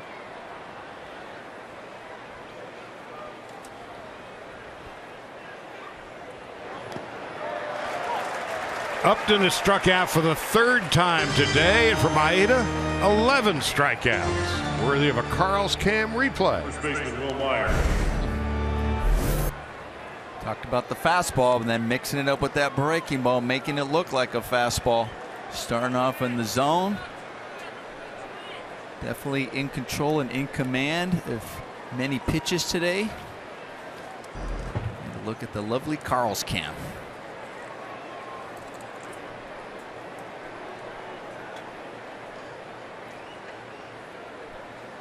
Myers takes a strike from Kenta Maeda. Pitched 8 years in Hiroshima, did Maeda. He was 30 games over 500 and a career .239 earned run average there. And his earned run average at the moment with the Dodgers is .299. No balls and 2 strikes to Myers, who struck out and fly to right.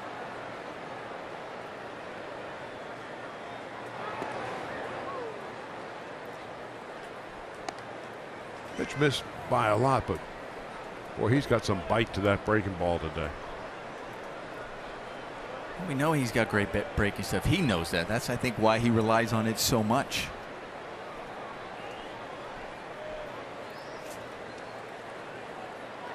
One and two. And that fastball got away with one. Grandal wanted that fastball up, looking for a fastball up, and that one just came down in the middle of the zone, and Will Myers knew he missed one there. Maeda got away with one. Myers 19 home runs and 60 runs batted in. Dodgers 3-1 with 2 out in the top half of the 6th.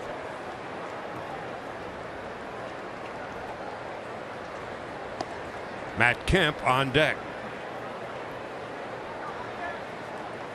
Maeda has struck out 2 batters in the first, second, third, fifth, and sixth, and he struck out 1 in the fifth. So he's at 11 and counting. Now 12. Kenta Maeda strikes out the side. 12 strikeouts, a career high. First, Wallace. Then Upton Jr. And then Will Myers.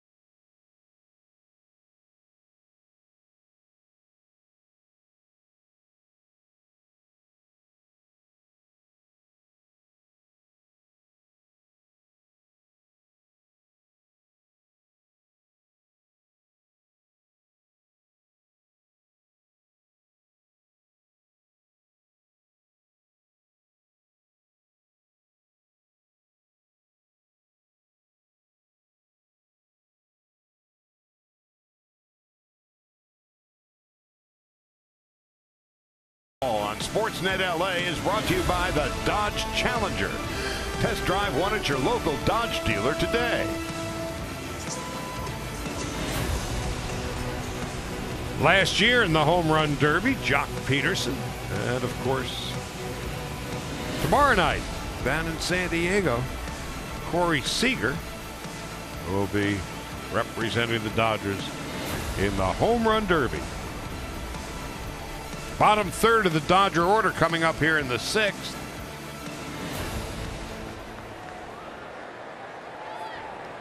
So it looks like the bullpen will remain quiet. And Maeda will bat for himself. Due to bat third here in the 6th. Here's Villanueva. His 35th appearance. Friedrich. 5 innings, 3 runs and 7 hits, struck out 7, walked 1, gave up a home run. And Grandal today continues his hot hitting.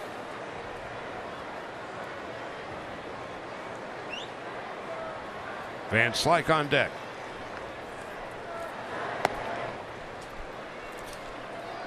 One ball and 1 strike. Carlos Villanueva, his last outing was against Arizona back on the 5th of July, where he worked 2 innings and gave up 2 earned runs, 3 hits. But he faced the Dodgers back on the 22nd of May. That was that 17-inning game. He worked 3 scoreless during that game. And Charlie, you and I were talking about it before the game of how critical that game seemed to be for the Dodgers. 5 hours, 47 minutes, 17 innings, and the Dodgers at that point were having a rugged time to that point in the season. And they had to win that final game to escape from being swept by the Padres down in San Diego. But since May the 22nd, the Dodgers' fortunes have turned around at almost every level. They're 29-17 since then. That's the good news. Bad news is they lost 2 games in the standings to the Giants, who are 30-14 since then. Grandal down on strikes, first out of the 6th. So May 22nd, record great. Bullpen has been the best in baseball. Seager's been hot. Turner's been hot. And the Dodgers 12 over 500. But that getaway day game, the Dodgers had played 2 games in Anaheim. And then got into San Diego after a night game, seemingly in the middle of the night. Went out and played 3. First 2 games they were flat. And then that marathon. And so when the Dodgers finally took the bus home from San Diego that Sunday, their heads were spinning. But since then,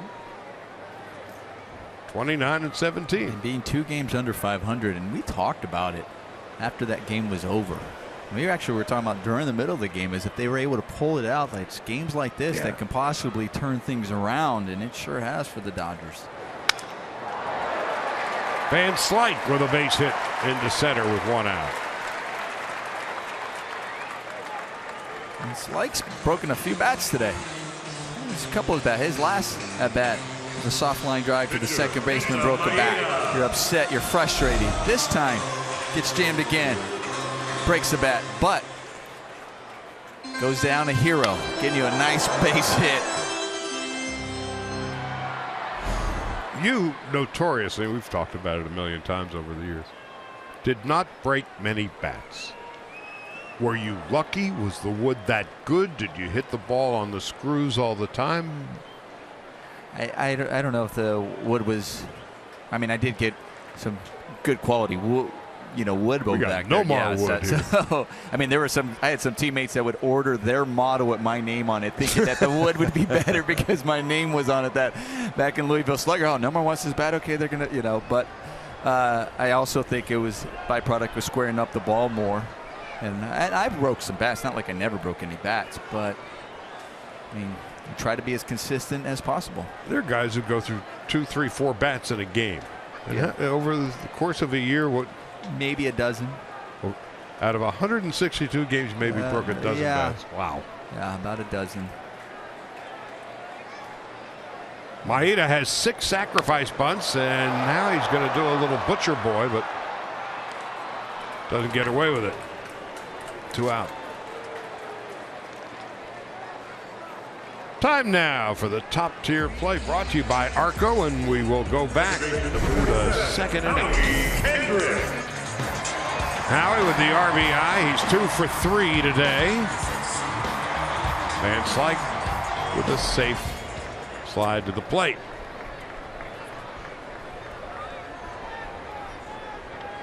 So Kendrick now up to 251. About 100 points south of that in April.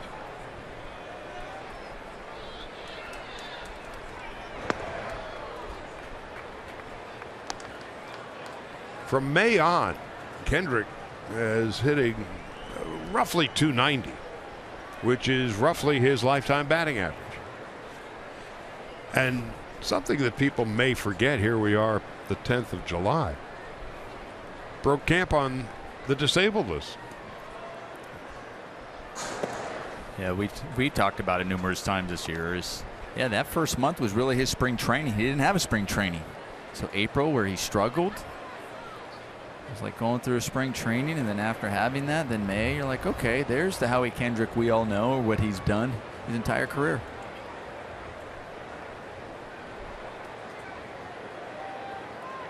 So it takes a while, and everybody's got a head start on you.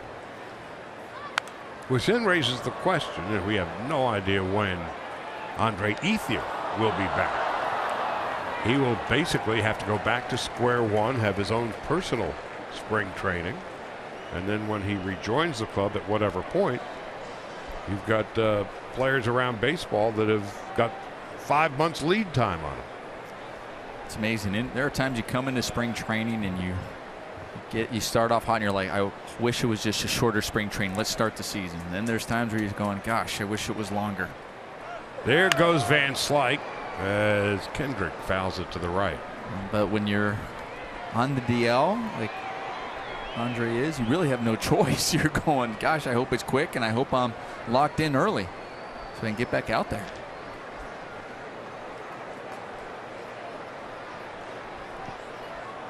Dave Roberts was intimating a couple of days ago it might be a month away for Ethier. I think we'll all find that out together. The 1-2. Kendrick, slow roller to third. Solarte could do nothing with it. Tried to barehand it. Ball had too much spin. And an infield hit for Kendrick, who's got 3 of them today.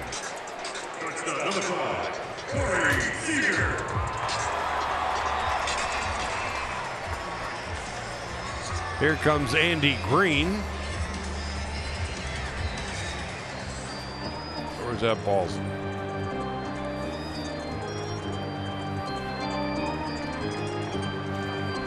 Andy Green is coming to get Villanueva, and Brad Hand is on his way in. Dodgers with 2 on and 2 out in the bottom of the 6th.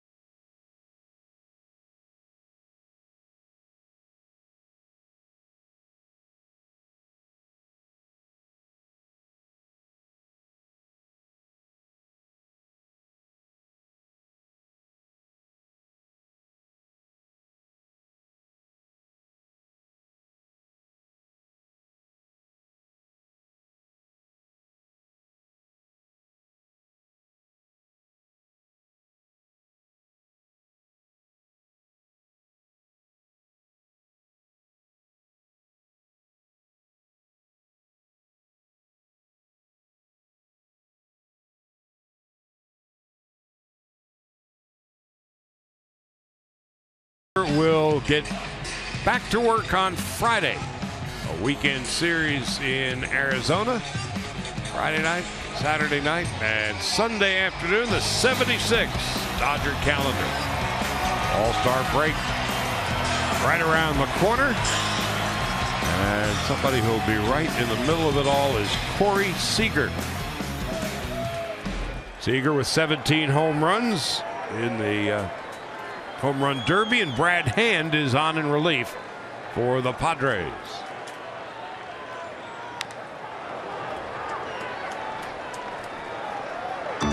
Seager is 1 for 3 today.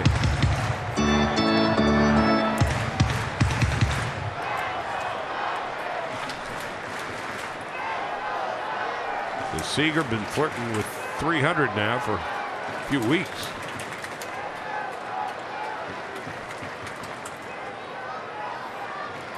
Seager hitting .239 against left-handed pitching. Fouls it off.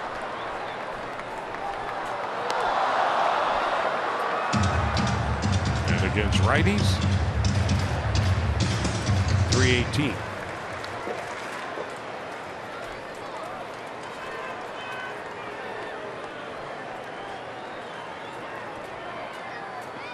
Turner on deck. We got Van Slyke at second base and Kendrick at first.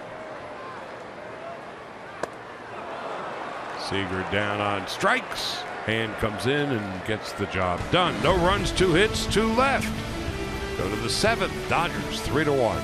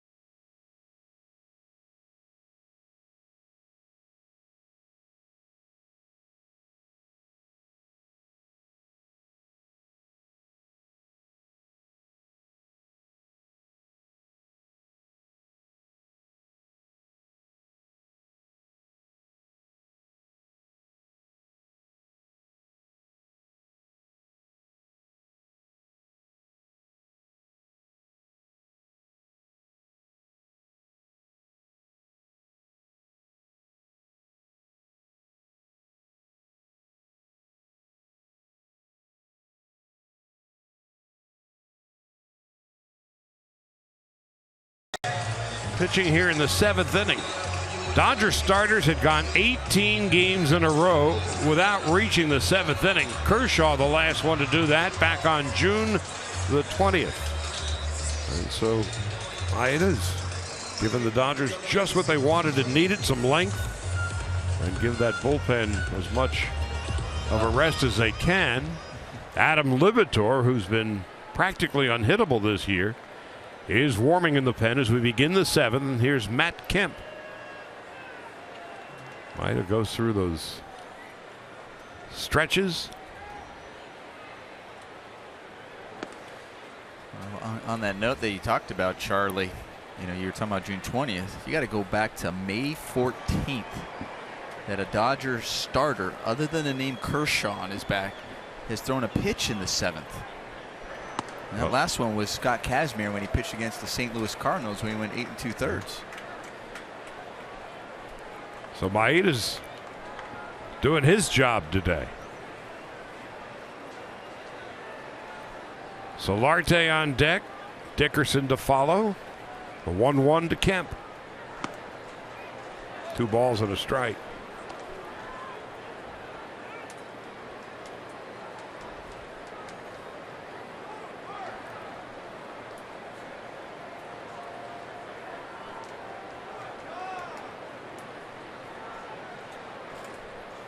Kemp at 255.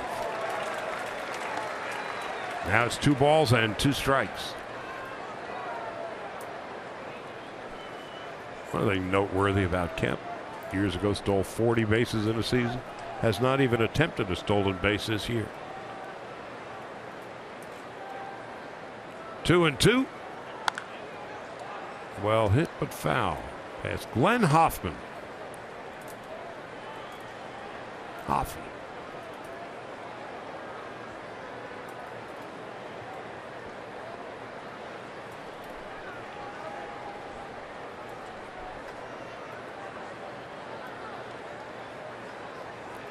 Of course, a longtime Dodger coach, and for about 10 minutes was manager of the club. Kemp is down on strikes, and for Kenta Maeda, his 13th strikeout of the game.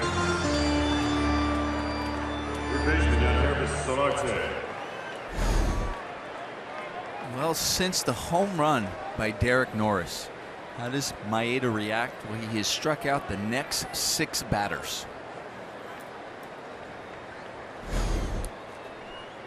And he's getting a lot of swing and misses today.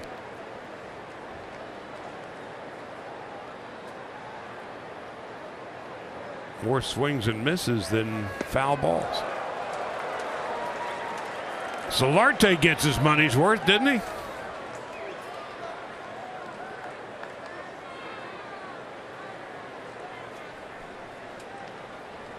Hats off to Yangervis Solarte, who's bounced to second and flied to left.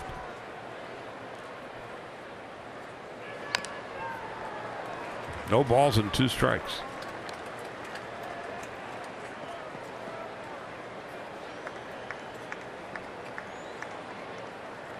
"13 strikeouts and no walks for Maeda.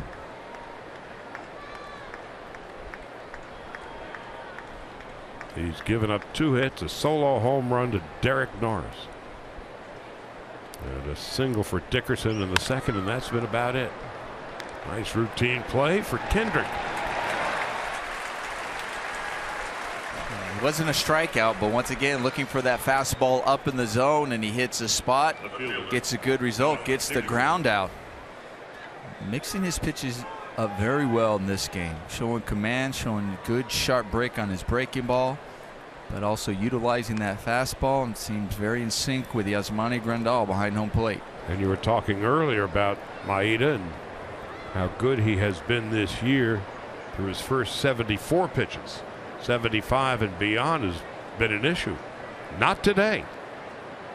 Alex Dickerson 1 for 2.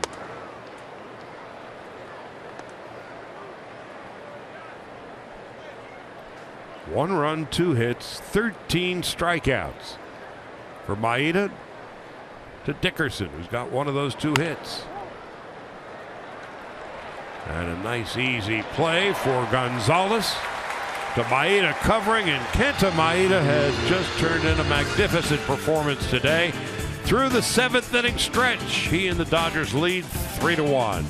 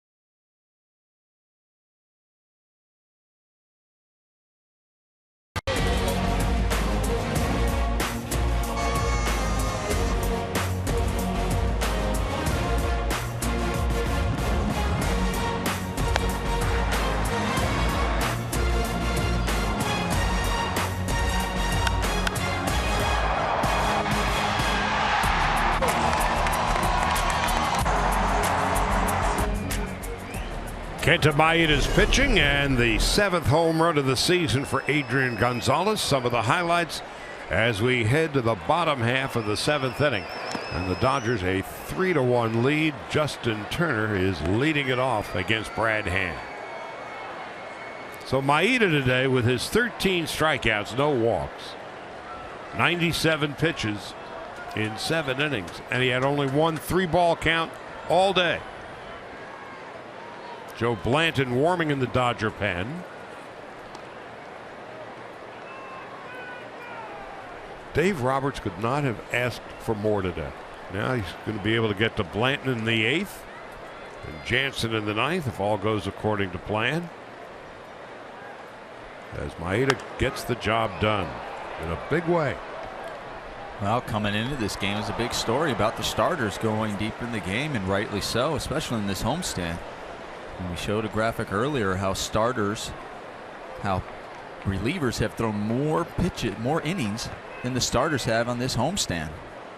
And so you needed a tremendous performance from Maeda. So far, that's what they've received.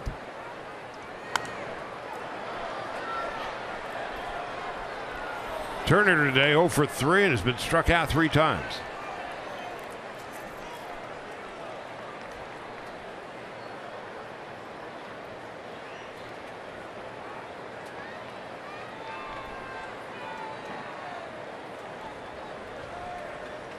Blanton warming in the Dodger bullpen like he means it, so we would assume it's the end of the line for Maeda. Turner fouls it back.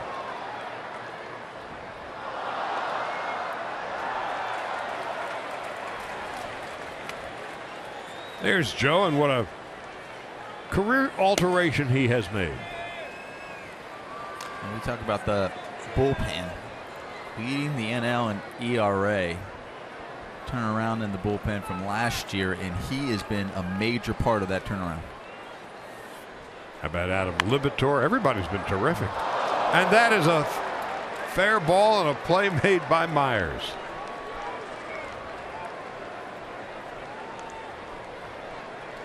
First out of the 7th. First baseman number 23, Adrian Gonzalez. Kind of a check swing. Oops, I hit it. Wasn't hit very hard. Kind of a soft liner that Will Myers is able to get to. Little drop shot volley. Yeah, that was one of those where if it does fall in, you're like, oh, that's a double. You're like almost embarrassed to look up. Now Adrian Gonzalez, 1 for 3, including his 7th home run of the season, his first in a month. That came in the 5th.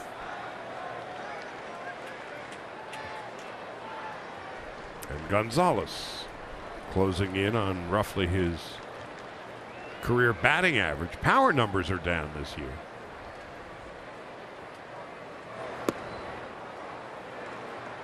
It's 0-2.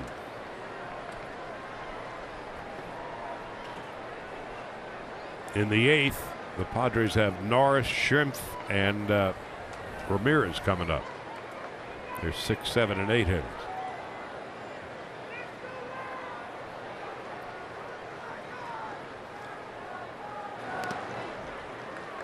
You talk about Adrian Gonzalez, talk about the power numbers are down, as you mentioned. Coming in, hitting 288, getting closer from a batting average that we're used to seeing from Adrian, but he's still, when you think about when you have a guy in scoring position, who do you like up there? Some guys that you just said go-to guys, especially in this Dodger lineup, like absolutely. And Adrian Gonzalez is still one of them. Hitting 311 coming into this game of runners in scoring positions. So still getting the job done. Had that big home run so far in this game. Turner's always been a clutch hitter. Long before he came to the Dodgers. Right. A few names that come to mind, definitely pop into your head automatically. The guys I'd like to have up there in those spots. Utley, Howie, JT. 2-2. Gonzalez takes inside and low 3-2.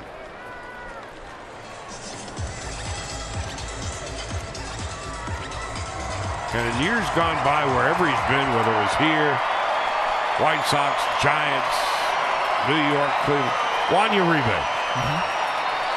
He was always in the middle, and he would scare you. You look at this lineup I was talking about before the game. You have your team, to me, half-time or half-season MVP in Corey Seager, as we have a look at Adrian Gonzalez showing that home run going the other way. That's just what you've seen from Adrian just over the course of his career. The way Corey Seager started off his career, see those numbers just being there all the time for him as well.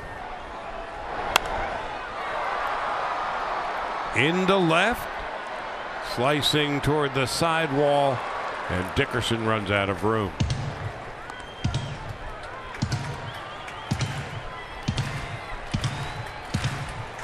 Yasiel Puig is on deck.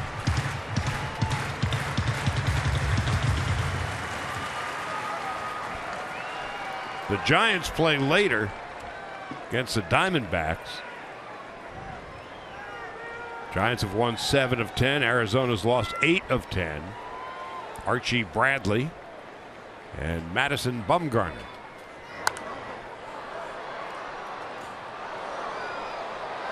Yeah, we're talking about May 22nd. The Dodgers have gone 29-17 since then. But the Giants are 30-14. Dave Roberts, with all the injuries, comings and goings, has this game 10 games over 500.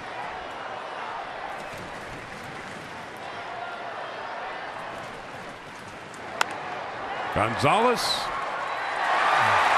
Play can't be made by Alexi Ramirez. That'll go as a hit. Right field, number 66, Goes as a hit. That's one I guarantee. Alexi Ramirez playing that position a long time. Would probably say, gosh, I have to have it. That's one where, as a shortstop, you look forward to it because you know the type of runner. You're going, okay, I know I have the range, but I got a chance to make an incredible play because it would have been a tremendous play to get Adrian at first base. So Gonzalez is aboard and Puig is coming up. Puig's been hit by a pitch, walked, and bounced to third. Bottom of the 7th.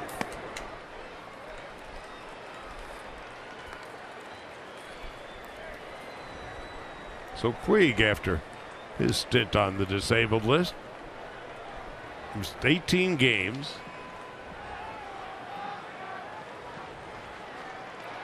And since coming off the DL, he's 19 for his last 58. That's a .328 clip to short.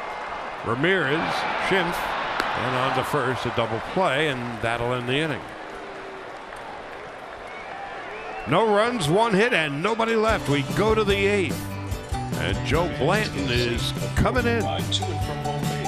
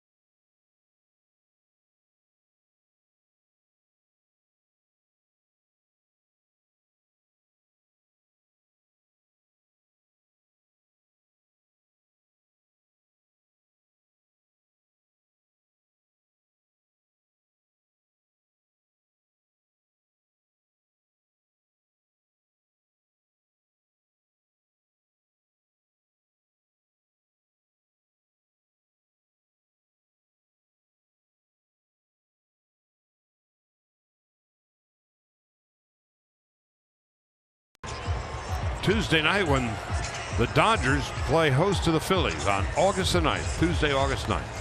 Kendrick bobbleheads will be available to the first 40,000 fans in attendance, courtesy of Farmer John. For tickets, visit Dodgers.com/promotions. Joe Blanton on in relief. Another big contributor to the dominant Dodger bullpen these days. At 2.14 ERA, 7th lowest among National League relievers. And the 143 batting average against is the 2nd lowest. Derek Norris leads off and takes outside, 1 ball and no strikes. So Kenta Maeda, 7 innings, 13 strikeouts, no walks, 97 pitches, 69 for strikes. Gave up a home run to this man Norris. That was in the 5th, and that was the only run of the day so far for San Diego.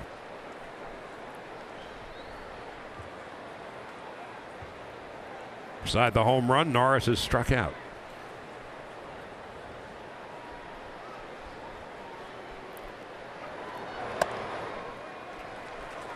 One ball, 2 strikes. Kenta Maeda, just 2 hits. And no base on balls. 2 from perfect.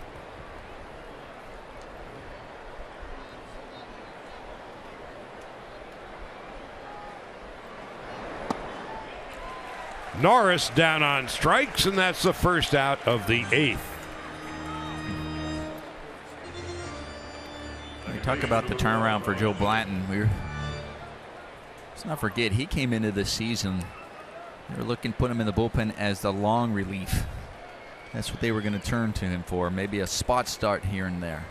Well, he's turned that around to be the guy they're going to in the 8th to try to get to Kenley Jansen, and he's obviously come in other situations as well. But when you mentioned that 143 batting average against, but he's been tough on both righties and lefties. Righties 133, lefties 163. And that helps a manager tremendously for Dave Roberts, because now he can even look at the lineup, what's coming in from a righty-lefty matchup, knowing that he's been that effective to hitters from both sides of the plate that he can leave them in certain situations. And he's a veteran. He's been through the wars. Mostly as a starter early.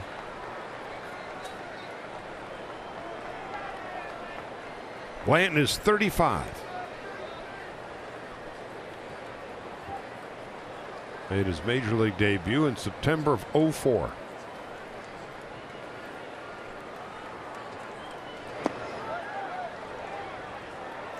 One ball, two strikes. From the A's to the Phillies, to the Dodgers, the Angels, the Royals, the Pirates, and came back to the Dodgers. And he is turning in a spectacular season.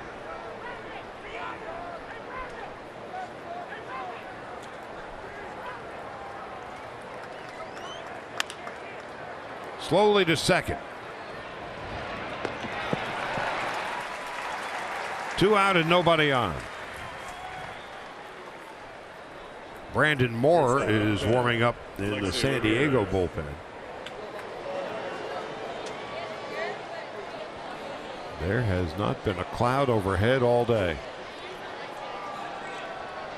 That's a good look. It's one way to make a hat.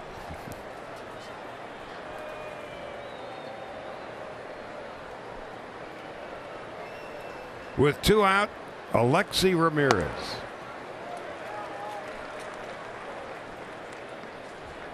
He's bounced to third and has been struck out. Came up with the White Sox in 2008. And since then, no shortstop has played in more games than he has.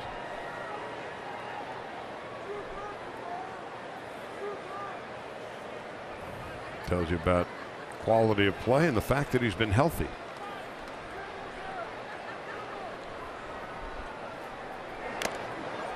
In his rookie year, he played in 136 games, 148 in his second season, and nothing less than 154 games in the ensuing years. It's like Adrian Gonzalez. You can pencil him in, you know he's going to be there every day.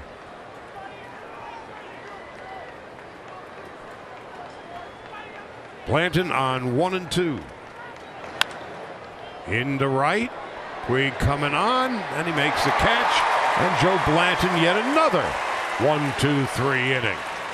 We'll go to the bottom half of the 8th, and the Dodgers continue to lead it 3-1.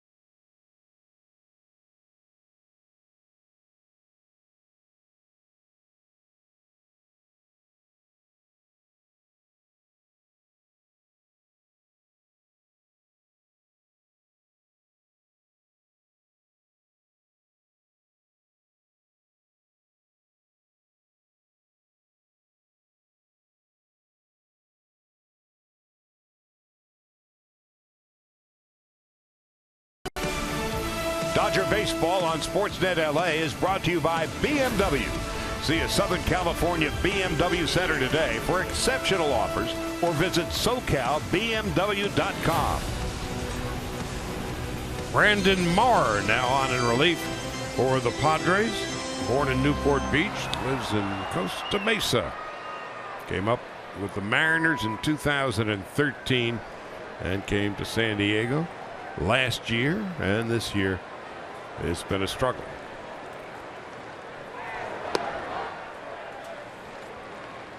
Trace Thompson, no balls and a strike.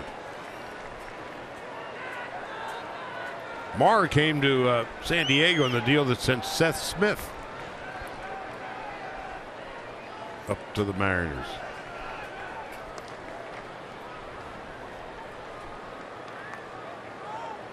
Yasmani Grandal and Scott Van Slyke will follow. Giants play later with Arizona. Bumgarner and Bradley are the pitchers in San Francisco.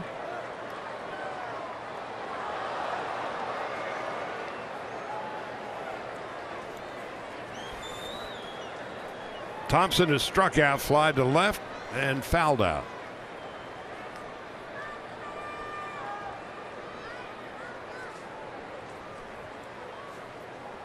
Marr on 1-2. Down on strikes is Thompson for the second time today as Marr pulled the string. Catcher number 9, Yasmani Grandal. Grandal with a couple of more hits today.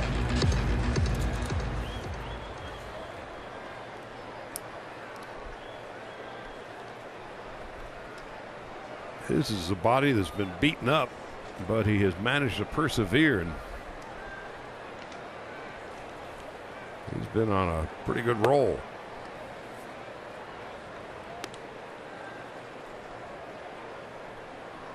Grandal, when the homestand began, was hitting 179.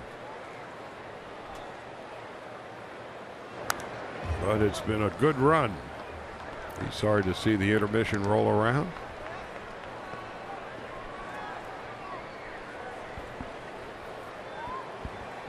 One out, nobody on in the 8th.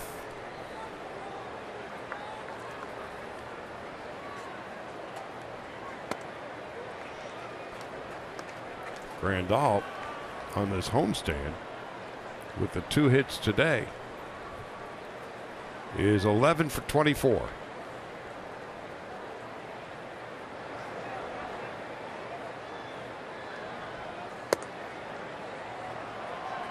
Two and two.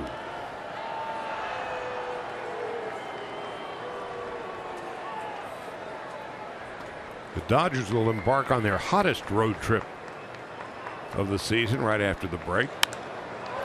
Grandal to right. Kemp is there. MLB.TV Premium, the #1 live streaming sports service, delivers everything you've come to expect and more. Watch every out-of-market game live in HD on over 400 supported devices. Includes a free subscription to @Bat Premium, the #1 app for live baseball. Blackout and other restrictions apply. Visit MLB.TV for details. Now with 2 out, Van Slyke stepping in. Van Slyke is 2 for 3. If it's not the heat, it's the humidity. The Dodgers are going to get it both on this trip coming up right after the break in Arizona, then to Washington and St. Louis, where in those towns every day is a bad hair day. Well, you're just happy that Arizona at least is covered and they can make it indoors and cool it off a little bit. So that's nice. One thing about places with roofs, retractable or not, you know you're going to play every day. That's true.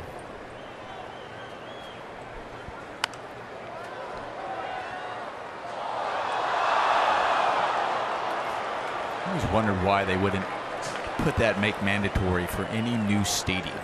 Yeah. Man, and it may not just be indoors, but I look at just with Seattle, sometimes just a cover, just an umbrella. It's a giant umbrella. Right. That's exactly right in Seattle. So if it's cold out, it's cold in. Right. And okay, but at least you know you're going to play. Yeah. You don't have to deal with the rain.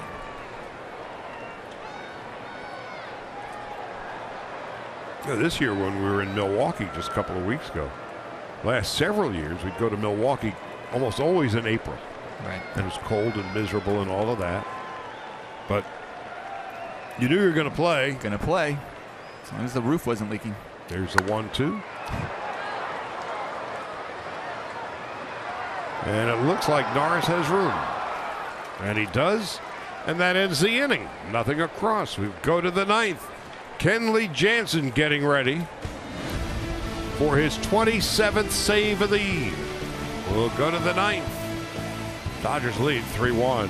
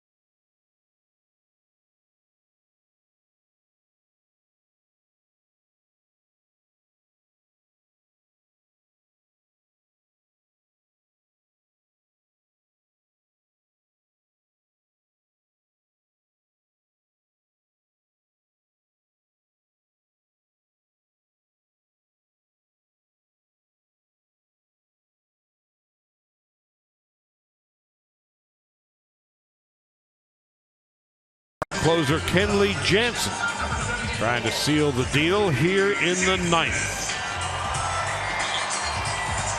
Jansen, his 40th appearance. Good on 26 of 29 save tries. A microscopic ERA, and opponents aren't hitting much against him at all. But you can't tip your cap enough to Kenta Maeda and his performance today. 1 run and 2 hits in 7 innings, coming off his worst performance in his last start. 5 days later, his best performance as a Dodger. 13 strikeouts, no walks, and giving the Dodger bullpen a breather. Now Jansen on to close it out. Blanton a perfect 8th. 1 strikeout, 12 pitches, 9 strikes. Travis Jankowski is pinch hitting for the Padres. Dodgers 3 runs and 10 hits, 1 run and 2 for San Diego. And Jansen starts him off with a strike, 0-1.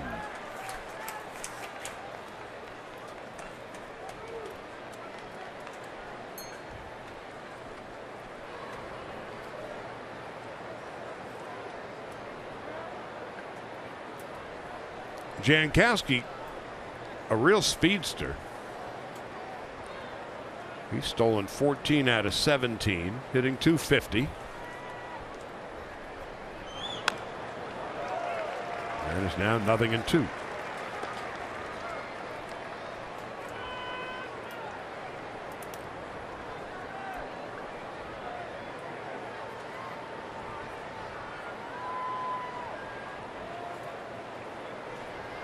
No balls and 2 strikes.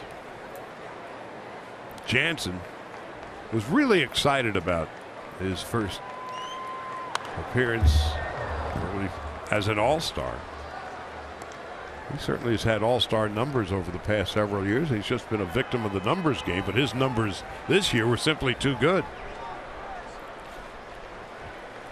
And I think a couple times he's probably feeling it's about time. Yeah.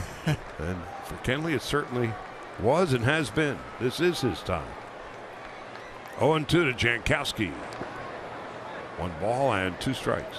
Well, the one thing about relievers when it comes to the All-Star game, it's you're competing against all the relievers. It's not And it's not just you're up against closers. It's just like outfielders. They go all outfielders, not just all going all-star, the right fielder, center field, left fielders. They throw all the outfielders together. And same thing with the relievers. Some managers prefer to have more relievers in the all-star format, going inning by inning by inning, as opposed to the starters who don't. Look at that play by Seager. That ball had too much English.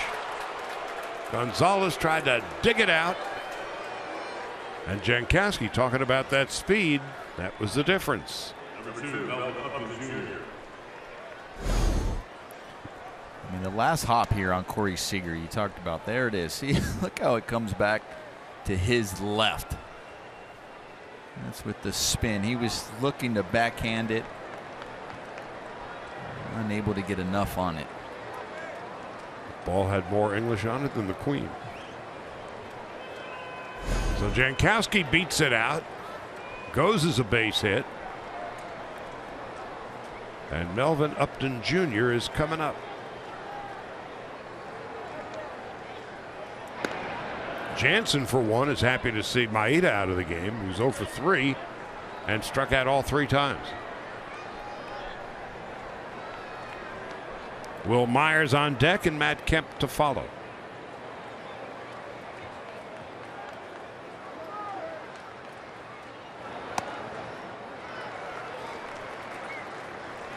No balls and 1 strike to Melvin Upton Jr.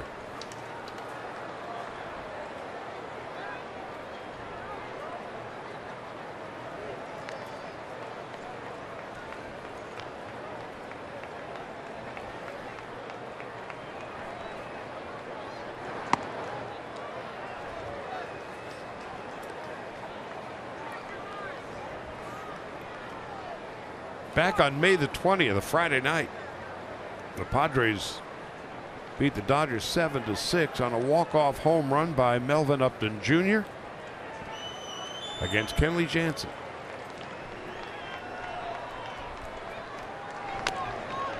Now it's 1-2. You remembered. I don't know if Upton remembered. You would assume he would, but he was trying to bunt that last at bat. So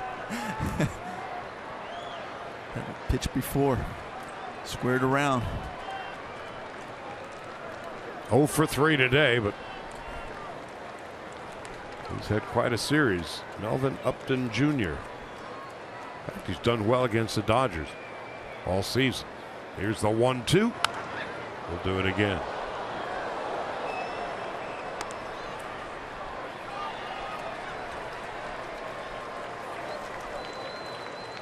$42,801 in attendance today. Well, the crowd on this hot Sunday afternoon beginning to prune out a bit.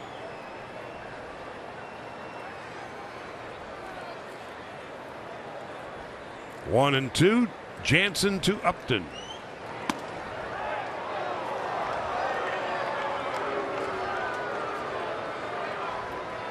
Jansen not in total agreement with Rob Drake, the home plate umpire.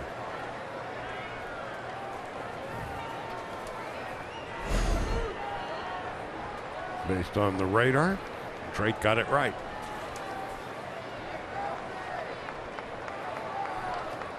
Two balls and 2 strikes. Now it's 3-2.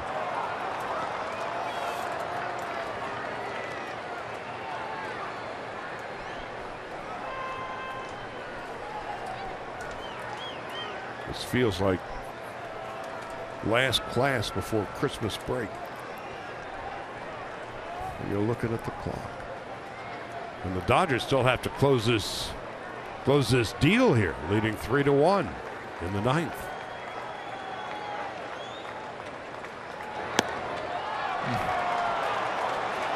Well, the Padres have something going here in the 9th inning. 1st and 2nd, nobody out. First baseman number 4, Will Myers.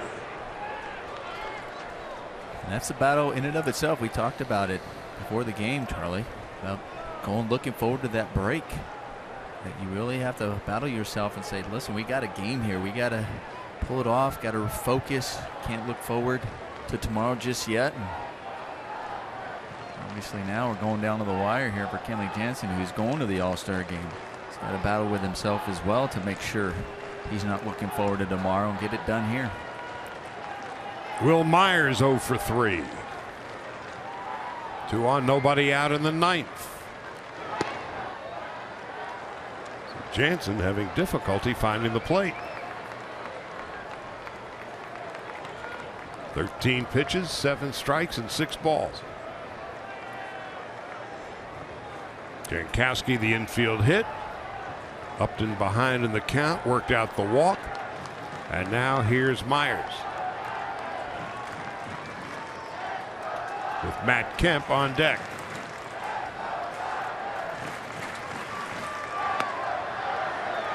One and one.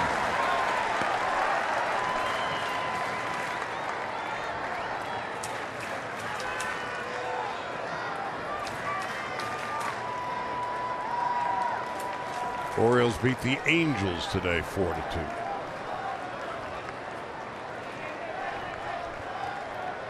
Giants and Diamondbacks later. The 1-1 to Myers. 1-2.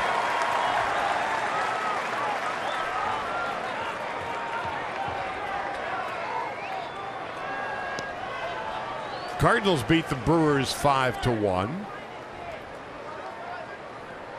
Cubs beat the Pirates 6-5.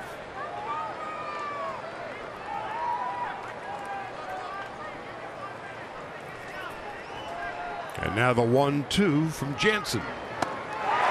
Big strikeout. First down of the 9th. Third time Myers has gone down on strikes today.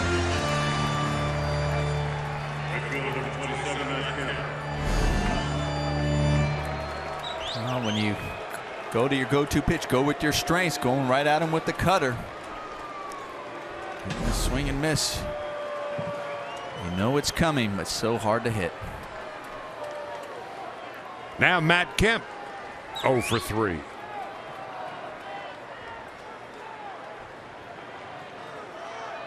(15 of the 25 Padre outs today, strikeouts. 13 by Maeda, 1 for Blanton. So far 1 for Jansen.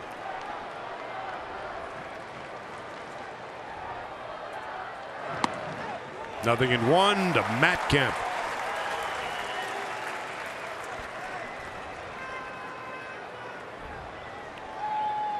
This is the 13th game of the season series between the two clubs. The Dodgers are 7-5 against San Diego.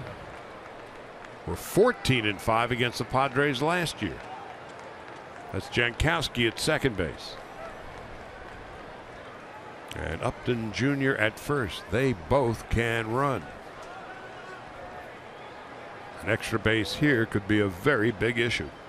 Now, Jansen wants to get on the same page as Grandal.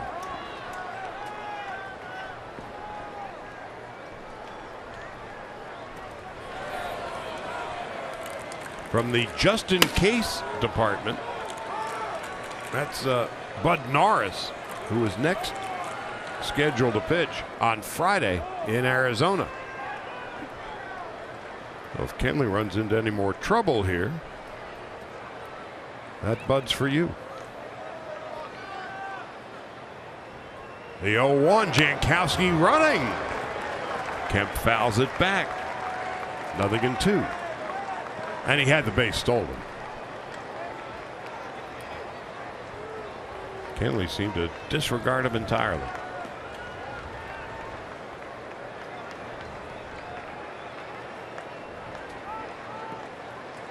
But you're a right-handed hitter. It's late in the game.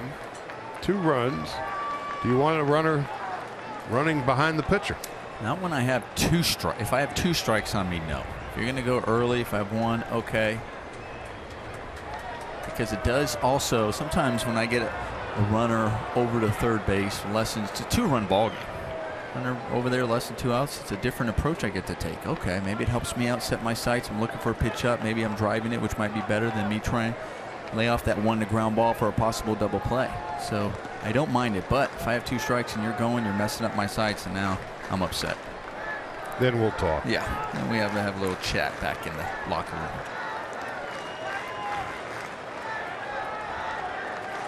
0-2 to Kemp.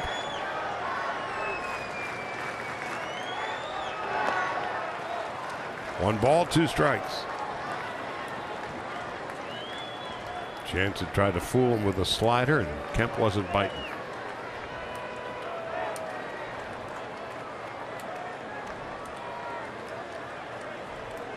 Yanhervis Solarte is on deck. Jankowski at second. Upton at first. Great speed. 3-1 Dodgers. One out, top of the ninth.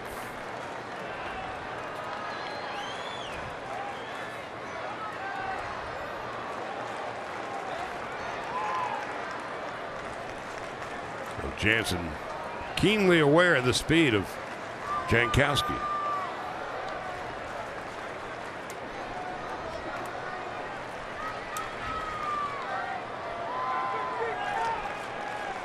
One and two.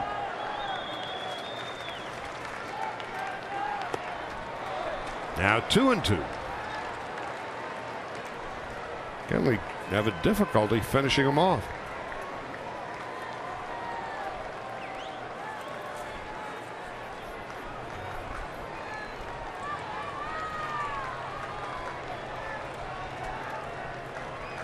Jansen, 26 saves in 29 opportunities this year.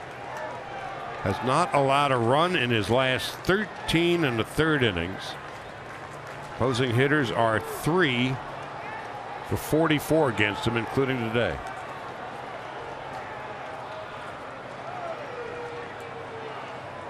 Fourth in the league in saves. First in the majors in whip.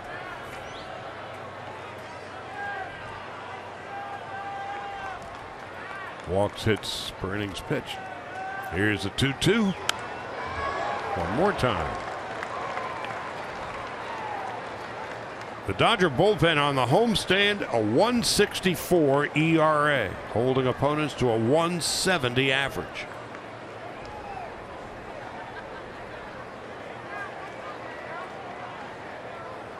Jansen has tossed scoreless relief in 36 of 39 games this year. But he's in a jam here with one out in the ninth.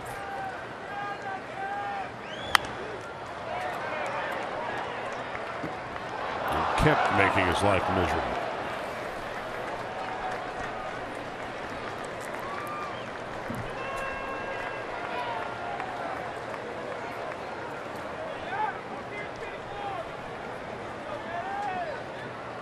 You were playing upon Matt Kemp's arrival with the Dodgers. Yes, teammates. Mm-hmm. The arrival of the Jacksonville Five.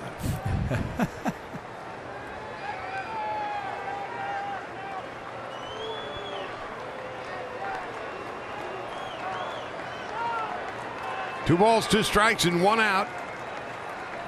Dodgers nursing a 3-1 lead. The 2-2 to Kemp. Breaks his bat and fouls it to the left. All he's got in his hand is a letter opener.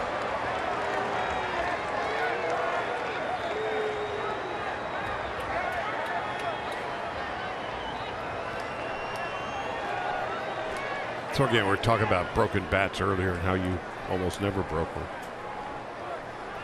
Is it now the quality of the wood? Are they making the handles that much thinner and the bulkhead that much fatter? Why are we seeing all this? Oh, about the way they fly off now. Right. You see that a lot. It's also different. I used ash. You don't have a tendency to see the barrel fly out with ash compared to now maple. You see a lot of major leaguers using a maple bat. And they tend to explode. Yeah. The 2-2 to Kemp. Got him. Second strikeout for Jansen. Second out of the ninth.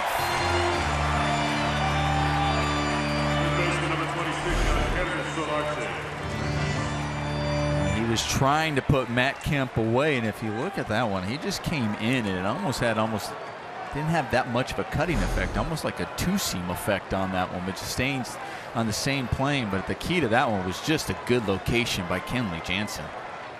Rick Honeycutt with one more out for Jansen to record. Talking about Yanhervis Solarte, and the entire infield will join in to listen to the monologue.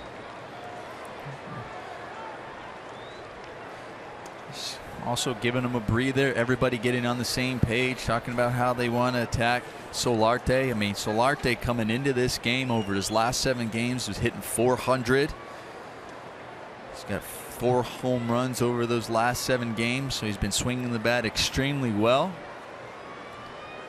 Honeycutt, since taking over as the Dodger pitching coach in 2006, the Dodgers have the lowest ERA of the 30 clubs in Major League Baseball, 3.64. Only Dave Righetti, Don Cooper, and Darren Balsley have been with their same teams longer than Honeycutt.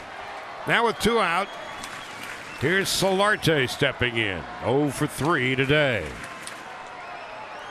8 home runs, 35 runs batted in. He hit one last night.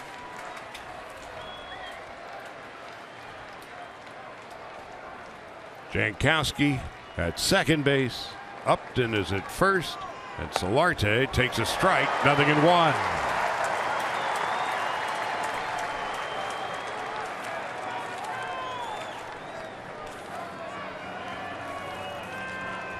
Now, back in the day, you would, when I mean back in the day, before they were doing all these shifts and playing the odds a lot more, you would actually even see the third baseman hug the line and play no doubles down the line. We have Adrian Gonzalez doing that. And a lot of times you're doing that right in this situation, because if he gets a double down the line, you're putting the go-ahead run at second base. And Solarte's got good speed. Yes. Now they obviously have all the charts. They understand that. You see with the shifts. So they'll hug one line and give him the other.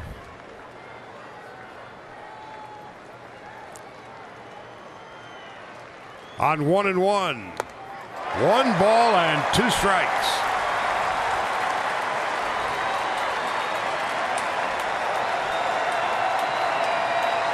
Dodgers are a strike away from returning to their season high 11 games over 500.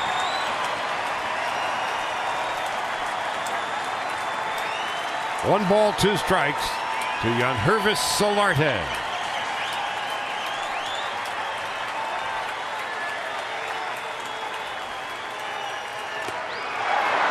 We'll do it again.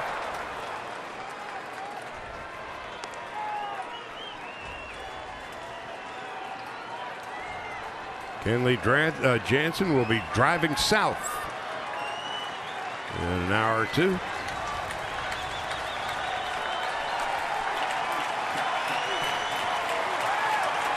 His first All-Star game. 1 ball, 2 strikes, 2 out.